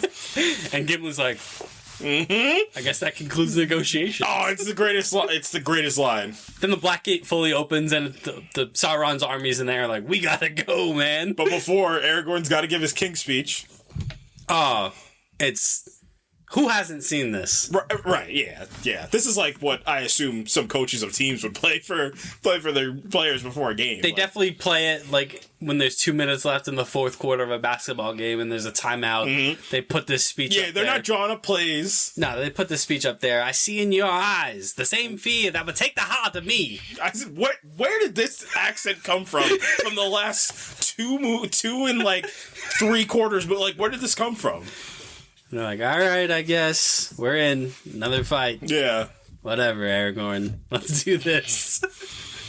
I guess it's better than that. They take it better than that. Yeah. They're hyped. Because they're like, well, we thought we were going to die the first time. The main thing is, like, the Age of Man is, like, there is no sunset on the Age of Man today. Yeah. But it is not this day. It is not this day. I bid you stand with me. Just, where did the accent come from? It's nuts. Every time. It's funny. The day may come when the courage of men fails. When we forsake all friends and break all bonds of fellowship. Whoop, whoop, whoop. Whoop, whoop. But it is not this day. It is not this day. He's right. He's right. It is not this day. This day we fight. And then he looks. And he looks at the army. And he looks again. And he goes, for Frodo. No, wrong team. So while that's going on, for Frodo is something because Gollum's back. Like, The Eye of Sauron, the diversion works. Yep. The Eye of Sauron fully diverts his attention to the Black Gate. He's like, what is that? What is that? Aragorn did show up. They should have had John Bernthal be the voice of Sauron. What is that? Is that an army fighting down there? Frodo! So yeah, Gollum's back, ready. He's standing there menacingly. So jumps right on them. He's just like, all right, this is it. There's no more plan. There's just throw you guys down Mount Doom. And then Sam's just like, we will not have it. Kicks Gollum down the mountain. Yep. They get to the fires of Mount Doom. They made it. So all right, all he has to do is drop the ring. That's it. And this is where Elijah Wood gives that Oscar performance that I think he should have gotten. Because we've Throw seen it in the fire, Mr. Frodo. We've seen this scene before. We saw it before in the very beginning of this trilogy. In the Fellowship of the Ring with Elrond and Isildur. They get to the fires of Mount Doom. Isildur's got the ring. Elrond's like, destroy it! And Isildur's like, no. You're like, uh-oh. Oh, no. And then the whole thing... Yep. That's the whole reason why all this has happened. Is because Isildur just couldn't let go. Yep. And Frodo just can't let go. He's like, what are you doing? Just let it go. And Frodo goes, it's mine. No! He puts it on. He disappears. Yep. And by putting it on, Sauron is aware of the ring's presence. Yep. His eye fully diverts back to Mount Doom. And you're like, oh no. Like, he blew it. That's it. He blew it. And then, yeah, the temptation... again, is what undoes the ring, because Gollum shows back up. Yep, knocks Sam out, and he's just like, all right, he can track Frodo, because he knows how the ring works, so he's tracking the footprints, bites Frodo's hand with his fingers off. Insane. Nuts that they got that off. Bites his finger off. He gets the ring, and he's like, finally, my precious. I've got it back. Everybody's like, uh-oh. All the main, the main heroes are getting, it's big, like, fourth act, everyone's fighting a troll. Yeah, it's like, they're getting stuck, like, it's it. Like, this might be actually it. And yeah, they have a little tussle, and yeah, he knocks Gollum into the fire. Because how do you take that? Is that him wanting the ring back, or is it... Yeah, I think it's him wanting the ring back, but he inadvertently knocks Gollum into the fire. Yep. And in the process destroys the ring. And then the Tower of Barad-dûr comes crashing down, the Eye of Sauron is destroyed. They did the third act thing of, like, when the army falls, like, everything gets destroyed. They said, no, we're good. Yeah. That's like the boss called out, why am I here? So... goes up in flames, that's it. Yeah, and immediately upon the ring's destruction, like, the burden on Frodo is lifted. Mm-hmm. Like, he kind of gets back to himself. Yep. As soon as the ring's destroyed. And then, like, the army falls into the chasm. But then Sam and Frodo get trapped on Mount Doom. It's, like, exploding everywhere. Like, this is it. It's a great dramatic moment. Yeah. Like, because, like, the people outside the Black Gate are like, he did it. Mm-hmm. Like, Frodo did it. And then Mount Doom explodes. And they're like, he's dead. Oh, no, he's dead. Yeah. But then everybody's favorite band, the Eagles, everybody's favorite football team, the Eagles, comes swooping in, the Ex Machina Eagles. And that's also a great shot of, like, the Eagles swooping down to pick up Sam and because they're, like, Frodo. Sitting there, like, Frodo and Sam are sitting there, and they're like... They're like, this is it, man. Yeah, I don't think we're getting back home, and Frodo's like... Because Sam was trying to jog Frodo's memory and be like, do you remember this? And Frodo, after the ring's destroyed, he's like, I do remember all of that. Mm-hmm. Like, in the Shire, he's like, what I would give to see it one last time. And then Sam's like, if I could marry that girl, I'd marry her. Frodo's like, you're the best. You're the best, Sam. You're great. And we're gonna die here. Yeah. And then Sam's like, look, Mr. Frodo, the Eagles. The Eagles. The Eagles, said Patrick Mahomes. Yeah. On a dark desert highway. Cool wind in my hand. The Eagles. They swoop in, they save Frodo and Sam, and then Frodo wakes in Rivendell. And everyone's reunited. Gandalf's there. Dun dun dun dun dun dun dun dun dun dun dun dun. Gandalf and Frodo share a laugh for the first time since the Fellowship of the Ring. Yep. Because Frodo didn't know Gandalf was alive. Yep. That's one of the other things about this is last time Frodo saw Gandalf, he was tumbling off the Mines of Moria. Thou shall not pass. Yeah, that was the last time Frodo saw him. Went out like a G. He thought. Gandalf was like, you thought. Yeah. I got an upgrade. Yeah, I got an upgrade, actually. But my staff is gone. I love that staff. Oh, this is my favorite staff. It was my favorite staff I've ever wielded. And the Witch King destroyed it. Yeah, I wielded many staffs, but that staff was special. He's reunited with Aragorn. He's reunited with Merry and Pippin. But the party, the fellowship is finally back together. Legolas shows up and he's like, if only I knew who that was. They got to be lucky that Boromir was the only one they lost from the Fellowship, right? Yeah. That's just and he was the one that was like the least sorry Boromir stands, like he was the one with the least everybody would have been just distraught if he was the one to go. Yeah. Reunited with Gimli, and then the last man through the doorway, it's Samwise Gamgee. And they share a look. They share a look like, man, yeah, we've been through some stuff. But we came out on the other side. Yeah, we survived. As much as Adele said, hello from the other side. And then we get an epilogue. You get an epilogue. Because this is an extended edition, we got a really long epilogue. Justice League, Snyder Cut, eat your heart out with your epilogue. This is the true king of... This is the return of the king of epilogues. This is the one. We get... what do we get? We get it's the big, Aragorn's crowned king for reals. Mm-hmm. For reals this time. Really, for reals this time. He's the king. The tree of Gondor is blooming because the true king returned to the throne. Yep. He gets there. The hobbits are there. And everyone bows before Aragorn. And Aragorn, keeping that Aragorn energy, looks at them and he says, "My friends, you bow to no one." And then he bows to them. The most powerful man in the realm bows to 4 hobbits of the Shire. And damn it, if that isn't symbolism, I don't know what is. And then, I love when they go back to the Shire and they're just drinking. They're like, it's different now. Like, our lives are, this is like, the character circle, like your journey that you, like, this is it. Like, this is like, if you need to teach this to a class of students, like, this is the one for Frodo and his party that you, like, it's like, they're changed. Like, they might be in the same place, but they're different now. Like, everything's different. And it's like, there's this, like, you feel that, like, darkness, but there is that, but over everything, it's that triumph. Like, they did it. Like, 4 hobbits saved Middle Earth. And, like, it is one of the best, like, feeling endings you can ask for. Sam shoots a shot. And he bang! He knocks it down. He knocks it down. Yep. He did his thing. Faramir shoots his shot. Bang! Everything's working out. Everything's working out. Frodo finishes the Hobbit's journey there and back again. He finishes Bilbo's book. What's it called? The Lord of the Rings. Whoop. I think somebody said Return of the King at some point in this movie. Yeah. I think Gandalf says it to... I think Denethor actually says it to Gandalf. When he's like... You cannot wait for the Return of the King. Whoop! Hold on. That's the name of the movie. Yeah, and then a bittersweet ending. Yep. And then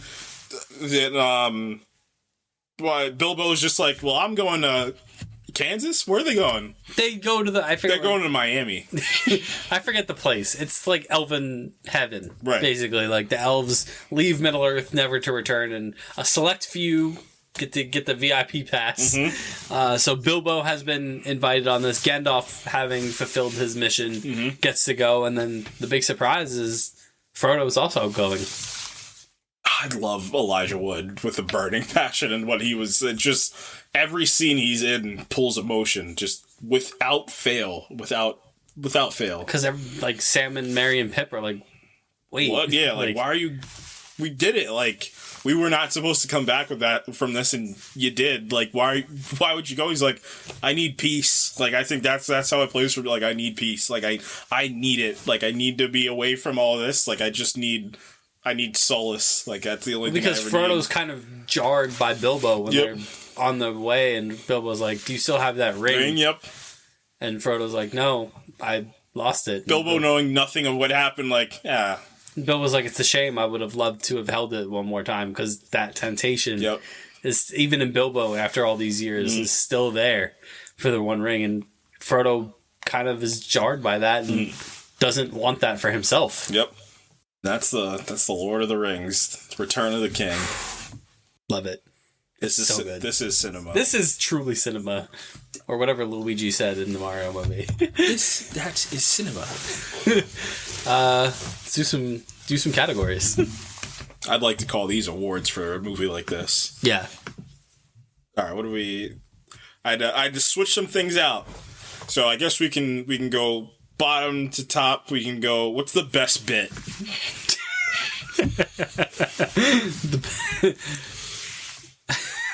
It's I love just the beginning of after the battle of Orthanc, and the Ents are there, and there's Merry and Pippin just smoking and eating on top of this battlefield. This salted pork tastes especially good. And Gimli's like, ugh. He was like, what? We just fought a big battle and you're sitting there smoking. Dang kids. and your weeds. Yeah, and your weed. You're smoking your cigga-weeds, kids. Stay off the weed. So I like that quite a bit. It's who had more kills, Gimli or Legolas. It's carryover from the Two Towers. It's great. It's great. That still only counts as one. That still only counts as one. Just did the most for you could have just stabbed the elephant in the leg because it was working. But I mean even that goofy friendship. That goofy friendship is great. How about just friends? How about never thought I'd die side by side with an elf? How about beside a friend?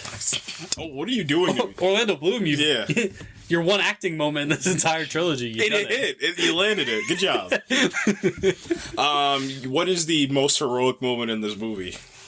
Oh my god. Is it? Ugh, this is tough. I think it's Sam carrying Frodo up the slopes of Mount Doom. Sure. Yep. That's great. The last push. I'm gonna go with Aragorn obtaining the Ghost Army because it's like he's here. Like Aragorn, he's. You need to rename that the I am him moment. I am him moment. The I am him moment. Oh, that could be the new category alert for like anything. Is the I am him /her/them moment. So absolutely, yeah, that's the new category alert. So yeah, the most heroic moment. We'll name it the Aragon. We'll call it the Aragon Award. How about that? So the Aragon Award. The inaugural one goes to Aragorn himself for obtaining the Ghost Army. And it's one of the best points, like I said, that you've made. Like he needed to do that for himself. I just think that's tremendous. It's a tremendous thought. And the code switching speech that he does at the end. And then him saying, "So say we all," like 85 times. What is the bravest moment in this movie? Are we in agreement that it's Faramir when he charges back into Osgiliath? And it wouldn't be that if Pippin didn't deliver one of the greatest songs and singing performances in movie history. Because there's bravery, and then there's I'm literally willingly going to die bravery. Because my dad doesn't love me. Like, oh man, that's even sadder too when you think and that's about kind of what raises it above. Because also you could argue that Theoden and the Rohirrim, also exhibit bravery. You could probably put that on the lower end of bravery in this movie, but you can count Pippin trying to giving himself to the king and being like, hey, I'm gonna be your sword now, like I will be your whatever you need. Merry attacking the knight, the Witch King. Yeah. What's the general's daughter's name? Eowyn. Yeah, it's Eowyn. Like herself going into being the only woman to go, like, all these things are super brave, but I just think it's just that slow motion of like he knows exactly what he's getting into, and it's just like it's his like, F you, Dad. Like, I'll do this, but I'm going to do it for myself. What is the most underrated character? Holy moly. The most underrated character. Man. You go first. It's Mary. That's a good one.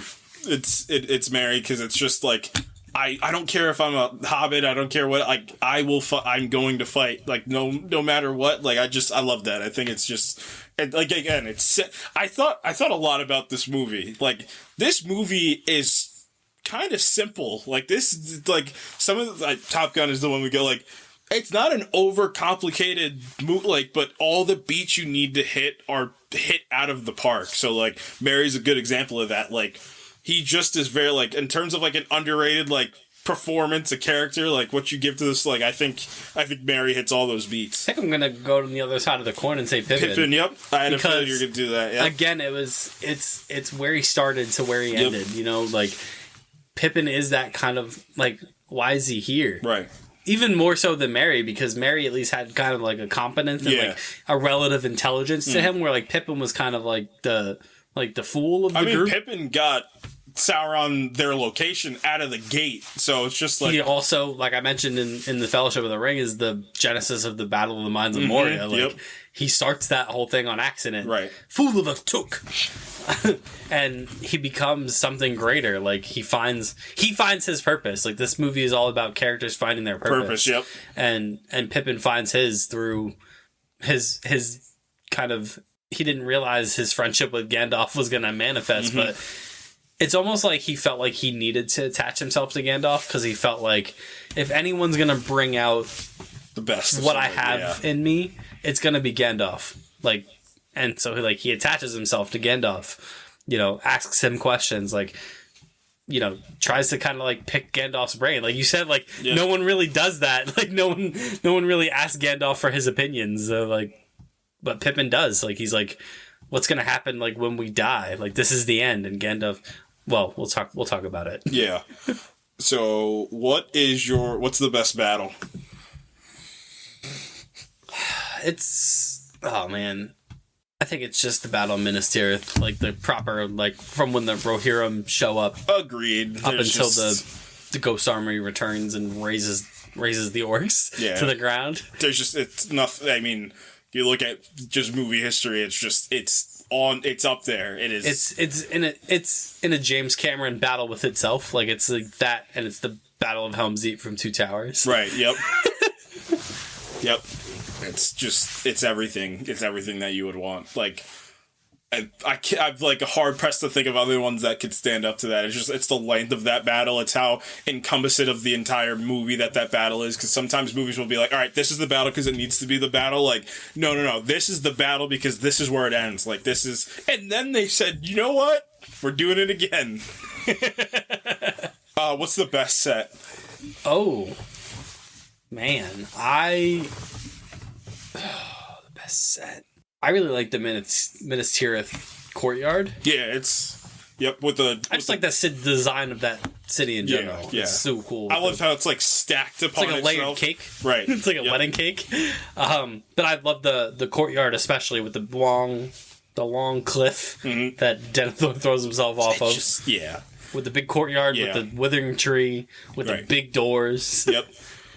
It's Mount Doom. Mount Doom is great, and like you feel the weight of Mount Doom the closer and closer you get until you get inside, and just until you get inside, like the fires of more, like you feel it. I think it's something to be said about a set that you can feel. Like I feel Mount Doom 100% when they get there. $94 million. $94 million. $93 million were spent on Mount Doom. $1 million were spent on getting Christopher Lee to come back for a cameo. That gets cut from the regular edition. What is the best heat check performance in this movie? It's the mouth of Sauron. Just like I don't care if he's only in the extended edition. That guy, like I said, he's everything Ebony Maw wishes he was. He was like, look at me, look how gross I am. First of all, and also, I killed your friend. Yeah, and he suffered, Gandalf. He did. It's Carl Urban, actually. That's the correct answer. The only reason I say that is because the reaction he had to thinking that, what's his name was dead. It was so, like, you know, like when they tell actors, like, be subtle. Like, Carl Urban said, no, I actually refuse to be subtle in this scene. And I don't know why that stuck with me. But, yeah, just Carl Urban being, like, you know, the guy that's just quick shots in the battle of him just battling. It's great. Yeah. He throws that spear. Yeah, he throws that spear. Dead eye on 100. Like, just, yeah. Carl Urban's great in anything he does. That's a good one. What's the funniest moment in this movie? There's a lot. You go first. It's when Pippin and Gandalf go to confront Denethor, and then Gandalf says, all right, so this is what you can't say, but also don't say this. But then also make sure you don't talk about that. But make sure you don't mention his dead son. You know what? It's best that you just don't say anything when we walk in there. That had everybody laughing in the theater. That's a really good one. I think I just love contradictory Gandalf. It's my favorite version of Gandalf, and I'm gonna piggyback off of yours when Denethor's like, everyone retreat, fall back, we'll all die here. And then Gandalf immediately is like, shut up, shut up, idiot. knocks him out and tells everybody, do not retreat. No one. And I love how, like, they're very good listeners because everybody's like, well, the wizard said to do it, so we're going to do it. Dude, you're embarrassing me in front of the wizard. That's great. And also, I mean, just Gimli, when they were like, well, we're going to go to the Black Gate and we're all going to die. Well, let's get on with it. Let's get on with it. Small chance of success. Certainty of death. When do we begin? Speaking of Gimli, what's the best relationship in this movie? I mean, it's hard pressed to be anything better than Frodo and Sam. Yeah. I mean, you would think. And then Legolas and Gimli do exist, actually, so. And it's based off one line, and that's it. And it's just like, I never thought I'd ride into battle with an elf. How about a friend? I said, aw, man. Yeah. But yeah, I mean, this movie's littered with great relationships. Yep. Merry and Pippin, Frodo and Sam, Gimli and Legolas. Pippin and Gandalf. And I mean, even antagonistic ones, like, you know, I mean, it was cut from the original, but Sauron, and I still like the rapport that Sauron and Gandalf have. Like, they're really, like, you're the fallen angel, essentially, Sauron. Like, that's exactly who you are. Like, the relationships in this movie are just tremendous all across the board. You won't get away this time, Dooku. Wrong franchise. He says to Magneto. They'll never sign the Accords. Who's the best NPC in this movie? It's a fan favorite category. Who's the best NPC? The orc general guy. Yeah. With his gimp arm that I don't understand how he got it. To him being like, everyone stay where you are. If you get obliterated by a giant rock, so be it. And then a giant rock comes at him and he moves. Like last second. He's like, yeah. Yeah. And then I just love how he's like this like major antagonist, it feels like, and then like Aragorn's like, coming through, main character, you're beheaded. Yep.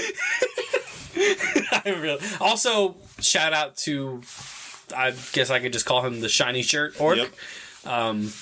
Had that dog in it. Yep.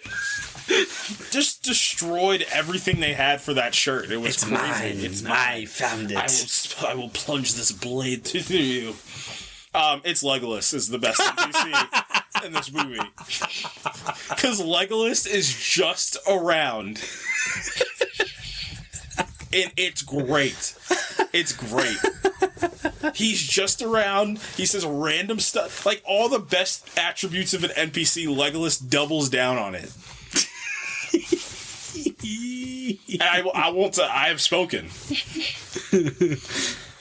I guess we don't need to do the best action sequence because I have here. So there's it's a dialogue exchange. So there's several characters in this scene. So there's Gandalf, who they're talking. This is actually the Battle of Minas Tirith, where Gandalf goes about Sauron. He suffered a defeat, yes, but behind the walls of Mordor, our enemy is regrouping.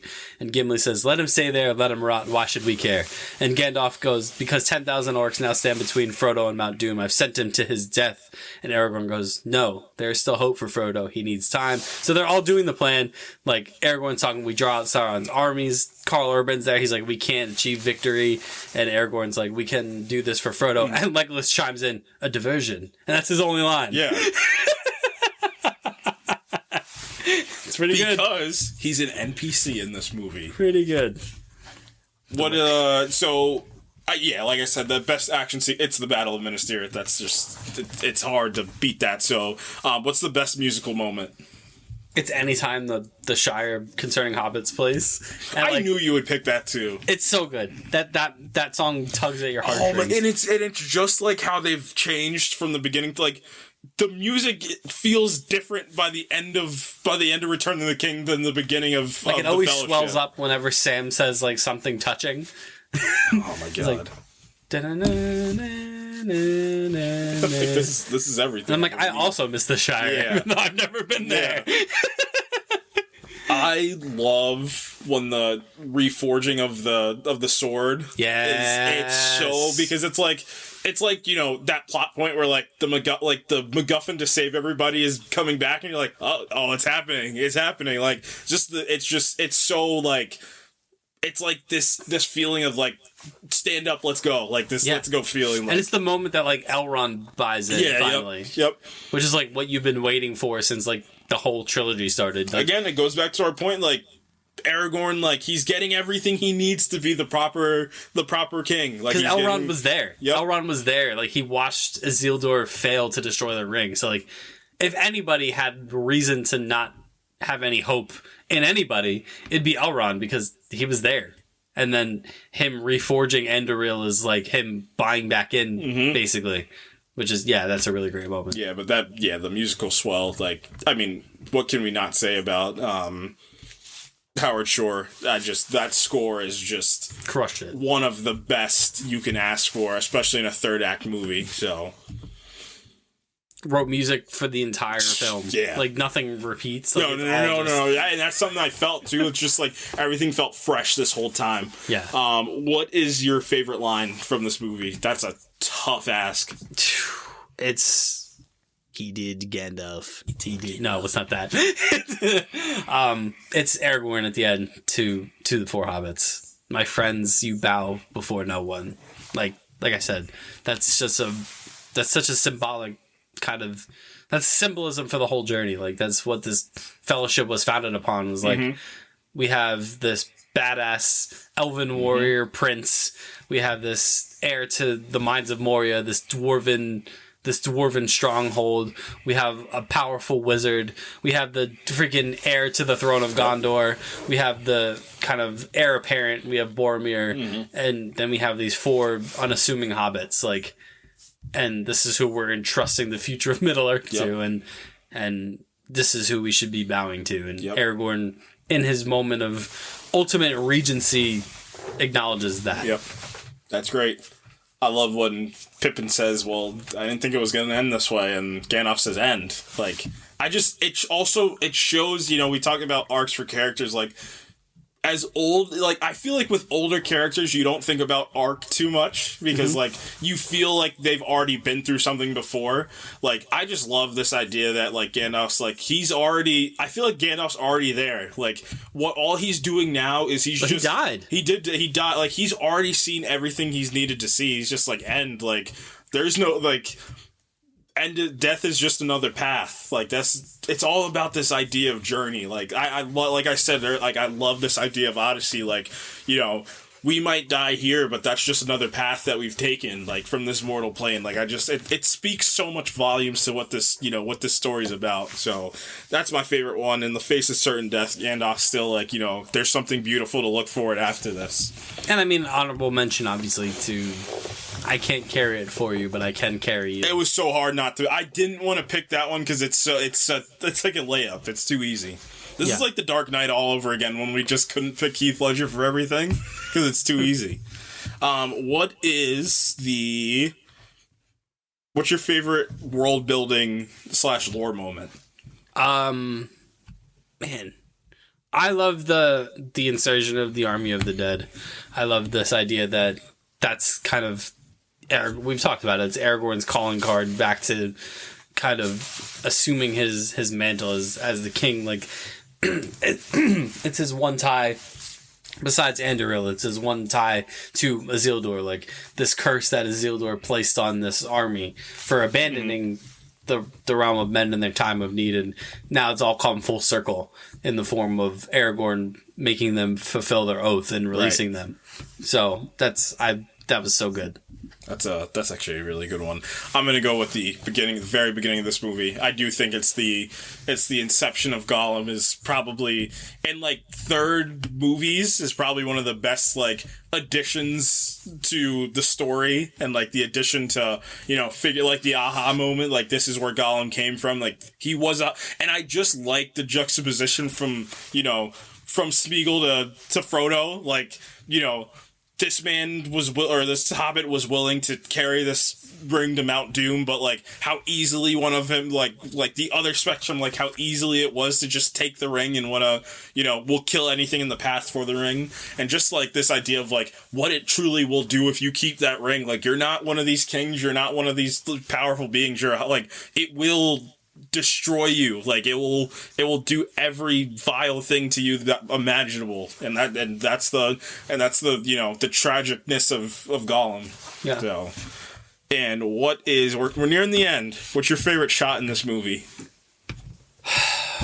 That's also really tough. I just love that top-down shot of Frodo holding the ring over the fire, because like that's the moment. Thing. It's the moment that it's built to, and like you're seeing a character at a true crossroads moment. Like, what's he gonna do? Like, he's been through this journey, this odyssey, and like he's finally at the end. The idea that he would have this hesitation is like unfathomable.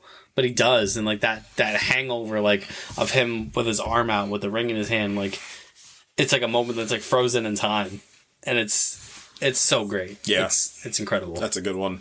I do quite enjoy when like they've already said their goodbyes, essentially Sam and Frodo to themselves, and then the magic eagles swoop down. It's so like, I mean, they're angels from heaven essentially swoop down to scoop them up from hell. That's exactly what that shot is. It's visually incredible. It's like one of the it's incredible. It's like seeing Gandalf be the one to save them. It's everything you would want. So it's magical. Eagles. The Eagles. The Eagles. Shout out Jalen Hurts. All right. Eagles. Eagles. Sam and Frodo said. Yep. I know they're Eagles fans now. They're just. What is the best performance in this movie? Oh my god. It's like picking a favorite child. I mean, Denethor could do that. I think I'm gonna say Andy Serkis as Gollum. It's so unsettling. It's the fact that it's motion capture, like you can, like, he completely lost himself in the role because it's motion capture, and like that character is just so unnerving, but at the same time, like, you understand what he's going through and you understand why he's thinking what he's thinking, and it's just the way he delivers the dichotomy of Smeagol and Gollum, like when he's volleying back and forth, is just so nuanced. I mean, I could have picked a million different other people, but yeah, I think Andy Serkis definitely deserves a ton of recognition and credit for this performance. It is Elijah Wood, however. I mean, just you talk about pain, like just full out devotion to what you're doing too, and not being complacent. Like, all right, I'm still like this Hobbit. Like, no, like I'm going to give every fiber of my being to a performance. That's what Andy Serkis feels like, but I think that's what Elijah Wood feels like too. Like, you know, having this unassuming character from the beginning, just kind of, you see the trek that he's made. Like you see it, you feel it, you understand it. And it is the one that put me over the top. It is, as soon he gets there and he's going to do exactly what happened before. Like, history's gonna repeat itself again. Like, he can't do it. Was that turn that he had back to Sam, and like that look in his eye, like, that's it, that you're doing the acting, Elijah Wood. Like, this is the acting that they talk about, because you know, like, you're like, oh, not like this. Like, it's incredible. Like, his nails are like short, like his lips are like just ripped, like it's just, you feel it, you feel everything. So incredible performance, Elijah Wood. 20 years later, still one of my favorite like fandom performances from like a fandom movie. So yeah, these are the tough ones. Who's your favorite character? Can we do it on 3? I don't know if we're gonna have the same one. Crap. All right, go ahead. I mean, it's been like since I was a kid. Like, Aragorn has been just like the hero among heroes for me. Like, ever since like watching the Fellowship for the first time, like, it's so cool. Like, my evolution of appreciating the character evolved as the trilogy went on. Like, in the Fellowship of the Ring, I thought he was just cool as hell. Yeah, right. Like, as Strider, like he had this like cool, mysterious, and like the long, like wet black hair. Like, all dark black outfit and like the two towers, like you really get to see like the badass warrior, and like that's also cool. And then you get to the Return of the King and you see this totally different side of him and his ascent to like true heroism. And ever since I was a kid, like Aragorn's always been like one of my favorite fictional characters of all time. So I was always gonna pick Aragorn for this. That's great. It's a good one. I couldn't differentiate between the two, so I'm gonna have to go with Sam. And I put Sam the Brave here because he is the bravest. He is the unsung hero of this franchise, in my opinion. I mean, it's this idea like I'm with you to the end of the line, pal. Like that's me. Like I'm with you no matter what. Like that is just it's so underrated, but it's so incredible. And then I think the most underrated performance in this movie is Sean Astin. I mean, he sells it so well. Like, and it's this protection he has. Like, you think Gandalf's the protector, you know, but Sam's the true protector of, like, I mean, you want to look at it this way, like, you know, Gandalf sends him off to die, essentially. Like, you know, it's like a noble death he'll have, but Sam's the one that's actually with him going through these trials and tribulations to get to the end. And it's amazing. It's awesome. Yeah. And it also is Gandalf. Like, those are probably my two, I mean, it's Gandalf. Like, God, what more can I say? Like, just one of the most recognizable characters in fiction. Like, one of the coolest characters. I mean, immaculately played by Sir Ian McKellen, I should say. So there's such a warmth to that character, but such a nuance between Gandalf the Grey and Gandalf the White. Yep. Like the way he plays them both. Yep. Like when he plays Gandalf the White, he's almost like other. Yeah. Yep. You know what I mean? It's this etherealness. I love that to him. He's with them though. There's something to be still like he is with them. He's still there. He's not like this ex machina to be called on. He's with them, battling with them. Like I'm also with you to the end of the line. Like he might be this. He might have this otherness and this etherealness to him, but deep down, like Gandalf is still there. Like he's still the Gandalf that they know. I just love the grandeur of which his character supplants himself in this. It's one of the best. It's one of the best. Yeah. And then, I mean, the last one and the toughest one always is what's the best moment of this movie?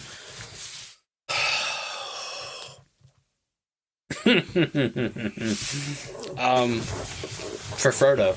For Frodo. That's it's a tough one not to pick. It's for Frodo, and then the run towards the Sauron's army. Like, again, it's like that certainty of like, we're doing this for this one cause. We're not doing this because we expect to get out. We're not doing this because we expect to win. We're doing this because we need to give Frodo a chance. That ring needs to be destroyed. Ring needs to be gone. And I mean, for me, it's just it's the aftermath of that. It's the moment. I can't give this ring away. Like, I can't give it. Like, it's it. Like it's the events of I can't give this ring away. Gollum bites his finger off, and like the ring destroys itself. Like, sometimes these are simple, and this one's a simple one for me. Like, it's the ending of this trilogy, this just glorious franchise of like, good or evil didn't win, but good did win. Like I said, everything worked itself out the way that it needed to be worked out. Like, yeah, it's great. The performances, the scale of it, like it's the end of the journey. It's the final end, and it's just like it's innovative in the way that it's one of the more interesting. We thought it's not like a straight up like the good guy kills the bad guy. It's not. I love that it's not that simple. Yeah. It's one of the best movies of all time. That's ultimately what it comes down to. Yeah. Like that's sometimes it's that simple, and we've not really talked about a movie where it's that simple. I mean, we talked about Dark Knight, which we haven't done that. We haven't released that episode yet, but we did talk about the Dark Knight, which will show up on this feed at some point. Mm-hmm. But this is the first movie we've talked about where it's like, no, this is legitimately in the upper echelon of just films of all time. And seeing it 20 years later, seeing it hold up as well as it has. Yeah. And it is a triumph for, like, you know, these fandom movies. Like, this tells me, like, these movies can reach these heights. They can. It's about your personnel. It's about who works. And then, moreover anything, it's about how much you care, like, and you can tell everybody that was working on these movies, Peter Jackson, everybody, you know, acting like they cared to deliver something truly special, and truly special was something that we got. Yeah. And that's Return of the King. It's so good. I almost want to watch it again. Yeah. Like, I've been watching the clips, as I usually do, as I like flip through the movie around to find different things about the movie. It's like, that experience watching like it again, like on that fan event, it's just like you get a different level of appreciation for, like, it feels different almost on that rewatch of like, it was just being around people that probably had that same feeling that we did. It's just like, it's always awesome. That's the true power of cinema. Agreed. I can't. It's that movie's such an experience. Yeah. It truly is. Man, that's going to do it. Yeah. And I mean, I guess we'll replace what we usually do, or we ask ourselves what we've been doing, because it's Superman's 85th anniversary. 85 years of Superman, and I think, you know, this is a good moment just to take a couple minutes, I mean, to talk about the archetype. I talk about it all the time. Superman, all these things we love about these heroes would not exist without Superman. So, to the creators of Superman, to everybody that's given an iteration of Superman, I mean, you know, you probably saw the same supercut that DC released today of just like, Superman is hope. That's exactly who he is as a character, and like it's simple. It's nothing complicated. It's just this idea of like one man can give a lot of people hope, and I just think that Superman, like, as many people are like Superman's boring, like, you need Superman. Like, that's the one. He's all these movies that you love, and these comics that you love, and these heroes that they don't come without Superman being out there. So, just a great character. I mean, what's your favorite Superman moment? Could be comics, games, TV show, movie. Man, I think it's just for me, it's a culmination of like the little things that he does. It's not in the feats, it's not in the powers, it's not in the villains he's defeated. It's the human moments that have been portrayed across so many different types of media.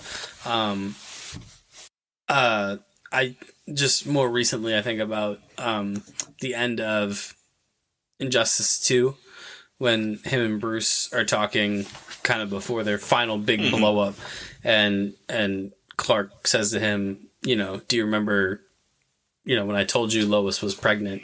And Bruce is like, yeah, I do. And Superman goes, you knew even before I said anything. And Bruce goes, that was a good memory. Yep. And like that, there's like humanity there in this being that is all powerful, and it's just those types of moments that always make me go back to this character and be like, it's more than just the powers, and it's more than just like, oh, he's boring because he can do anything. Like, nah, there's still like a guy in there. There's something to be said about this idea that even with all it's so simple for him to just be like, Injustice was what you see, like, I'm just gonna turn it off and I'm gonna be this all no, like, that's the true power of me, is not turning into that. Like, me being this every man, like, that's who I am, that's who everybody can be. It doesn't matter what type of power I am, I'm here for good. That's the only reason I'm here. And I mean, that comes through with, I mean, I love the theme of Kingdom Come, like there's no violence that can supplant, like, you need to give these, you can't just barrel through any villain, any battle that you want, don't care about casualties. Like, we're here to save, we're here to protect. Like, that's what a true hero does. And like, he understands that, and like, you know, telling the New Guard, like, you can't, like, you need to have this level of grace to you. And I mean, I think that all comes to a head with the the famous All-Star Superman scene of him saving that girl from ending her life. It's everything that Superman is encompassed into one scene. And I mean, Grant Morrison handled that incredibly. Like I'm here with I'm here with you. I'm here to save you. Like, I will save anybody, no matter what happens to me, no matter what happens to anybody else. You're much stronger than you think you are. Much stronger than you think you are. He says to her. And yeah, that's Superman in a nutshell, is not just exhibiting his own strength, but inspiring others to bring out their own strength. That's ultimately what the character is. Who's your favorite Superman actor? I gotta say, man, I think it's Tyler Hoechlin, to be honest. It's such a good... To be 100% honest, like, the longer this run goes, the more he just gets... Like, going back to my previous answer, like, the more that he gets, like, the humanity in the character. And, you know, Superman's been blessed as far as portrayals. Whether you want to go with live action, whether you want to go with the animated route with George Newbern, Superman might be the most consistently well-casted comic book character that we've ever gotten. Whether, you know, people have varying degrees of enjoyment of the media. I just think across the board, it's the best casted character that we've ever gotten in comics. I'm gonna go with Christopher Reeves. He is like, truthfully, he was and will ever be Superman. Like, I mean, you talk about the idea, like, movies, like the cinema itself, like the history of cinema, like, in terms of live action, like, Christopher Reeves was the superhero for a while. Like, in a time in the late 70s, where, like, you didn't do superhero movies and you do Superman, and, like, he was Superman. Like, he embodied that for so many on a live action scale, and what live action carries weight. And I mean, he just got the subtleties. He got the mannerisms of Clark Kent right. And, you know, that first Superman movie is truthfully special. So, and then it goes to the next point. What's your favorite Superman movie? Are you going to be surprised when I say it's Man of Steel? I've really swayed you, because I don't think you would have said that a couple months ago. See, I've told you the triumphs of that movie. It would have either been that or probably Superman 1, the Christopher Reeve one. I mean, you know, Superman Returns is fine, but I think Man of Steel is as close as we've gotten on film to the character, besides the Christopher Reeve ones. So yeah, I mean, that's kind of like the other drawback, is like, it's been a little shaky as far as like Superman in film. So even though the portrayals have been great, I feel like maybe the movies structured around him have not been up to par, but I do think Man of Steel is pretty good. Yeah. So I would say Man of Steel. I've done it. I did it. Yeah, it's Man of Steel for me. I mean, that was an easy one for me. It's Man of Steel. And I've already talked about, it's the post-credit scene of Black Adam. Yeah, what? I can't think of anything else for Superman, for things for him. I think we've covered everything. Favorite Superman comic? It's probably All-Star Superman. It's the one I've read most recently, and that's anytime you get like a love letter to a character, like, it's more often than not like the best version, best iteration of that character. So I think that one is just, from the opening, like, where he's just in front of the sun, like that just splash page, both pages, like just him flying in front of the sun, to like the trials that he has to go through. It's just, and I mean, to saving that girl, like that, it is Superman. Like, it encompasses the best version of what a hero can be. So yeah, it's either that or Kingdom Come, but I mean, it is, All-Star Superman is just one of the greatest comics ever written, in my opinion. It screams perfection. Yeah. And I think that's it. I think that's Superman. And here's to I don't know why people, go out of their way to want to have negativity. Like, here's to getting like an incredible Superman legacy. Like, I don't know if you get this, I just get this feeling like this is what James Gunn has been working towards as a director. Like, he's got the goofball characters and like the C and D list, like, it's time, like, because I think, like, we talked, like, he pulls the heart out of a lot of, like, it's time that, like, he injects the hope back in, and like if he wants to go wacky with the villains or whatever, but I think he's gonna understand, like, you know, there does need to be this level of normalcy, and like we're gonna get this right. So here's to whoever the new Superman actor is. Here's to every Superman actor, whether it be video games, movies, TV shows, whatever form of media it was, like, that played the character before. And here's to every comic writer, artist that worked on him this whole time. Like, you gave us the guy, you gave us the one, you gave us the, and you continue to give us the, you know, the one that everybody strives to be like. Yeah. Couldn't have said it any better myself. That's going to do it for us this week. You can follow us on Twitter at ProjectINF_pod. You can follow us on Facebook.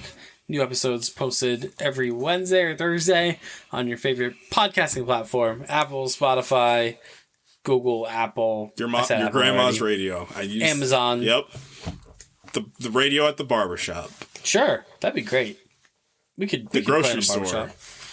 The grocery store. Follow us on Instagram at the Project Infinite Pod. Yep. Next week will be the Mandalorian season 3. Yeah. That's going to be a fun one. It's been interesting. Yeah, it has been very interesting. We'll see what this finale does.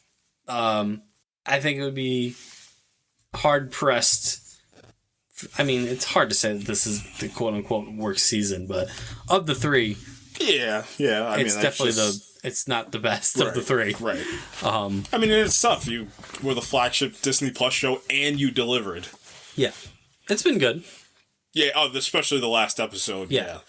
But yeah, we'll see how this goes. I'm getting a little scared of this thing of, are they going to have this, we need to get ready for the next thing mentality, or are you just going to make a good story? Yeah. And that's kind of what this season has been. Yeah. So it feels like that's where we're going. But yeah, we'll talk about that. And then it's full on to Guardians of the Galaxy. Yeah. Might throw in a Jedi Survivor episode in there to talk about one of our favorite games. I think I really love that game. That first one. I love games that are just surprises. Yeah, I can't wait. It's quickly approaching. We're within 10 days. Oh, we're getting to I think this was the time. Like, we're here. Like, I think it was Mario was the first one, and then it's like hyperdrive until like September. Yeah, for real. Yeah, because we got Marvel stuff. We got Star Wars, Marvel. Slew of movies in June. Transformers, Indiana Jones. We have to do something special for the Oppenheimer, the Barbieheimer Day. We gotta do something. I know. I might wear a suit to the movie. I don't know. I don't know what's gonna happen. I don't know what's gonna happen either. But yeah, next week we're gonna talk about the Mandalorian, which will be fun. So from me and from careful. There's just so many options. I mean, the Samwise Gamgee of the podcast. I'll take it. I would have taken Gandalf. It's probably the easiest one I've done to this point. What was the toughest one you've done? Was it the Batman? No, that wasn't particularly hard. I'm trying to think. Was it any Batman episode? I don't know. I don't know if it was a Batman episode. There was a specific episode where it was hilarious that you had to pick. The Morbius one was tough. Yeah. I don't know. I'll have to go through all of these and listen to the end of every episode. Have fun for 90 episodes. Yeah, it's just the last bit. It's like the last 5 minutes of every episode. We gotta compile all the bits. We do a lot of bits in here, so we do. There's a lot of. That's why new category alert. Best bit. Best bit. The I am him award. I am him / he / him / he / her / hers / they / them award. Formerly known as that, now is going to be known as the Aragorn Award. The Aragorn Award. And I will double back and give you the Aragorn of the podcast. So I hope that makes you feel good. Makes me feel very good. Yeah. I see in your eyes the same fear that would take the heart of me. Where did he get the accent from? Where did it come from? He just was not talking like that. He was not high pitched this entire time for 3 movies. That was ADR, right? Like they probably. Nah, man, he just went for it. Yeah, he just went for it. He's like, I need a fresh new lease on life. I'm a king now. So I need to be king. I need to be king voice. King voice. King voice. King voice. Let me sound like Like Kermit. I don't know. All right, guys. We'll see you next week for some The Mandalorian. This is the way. Goodbye. Peace.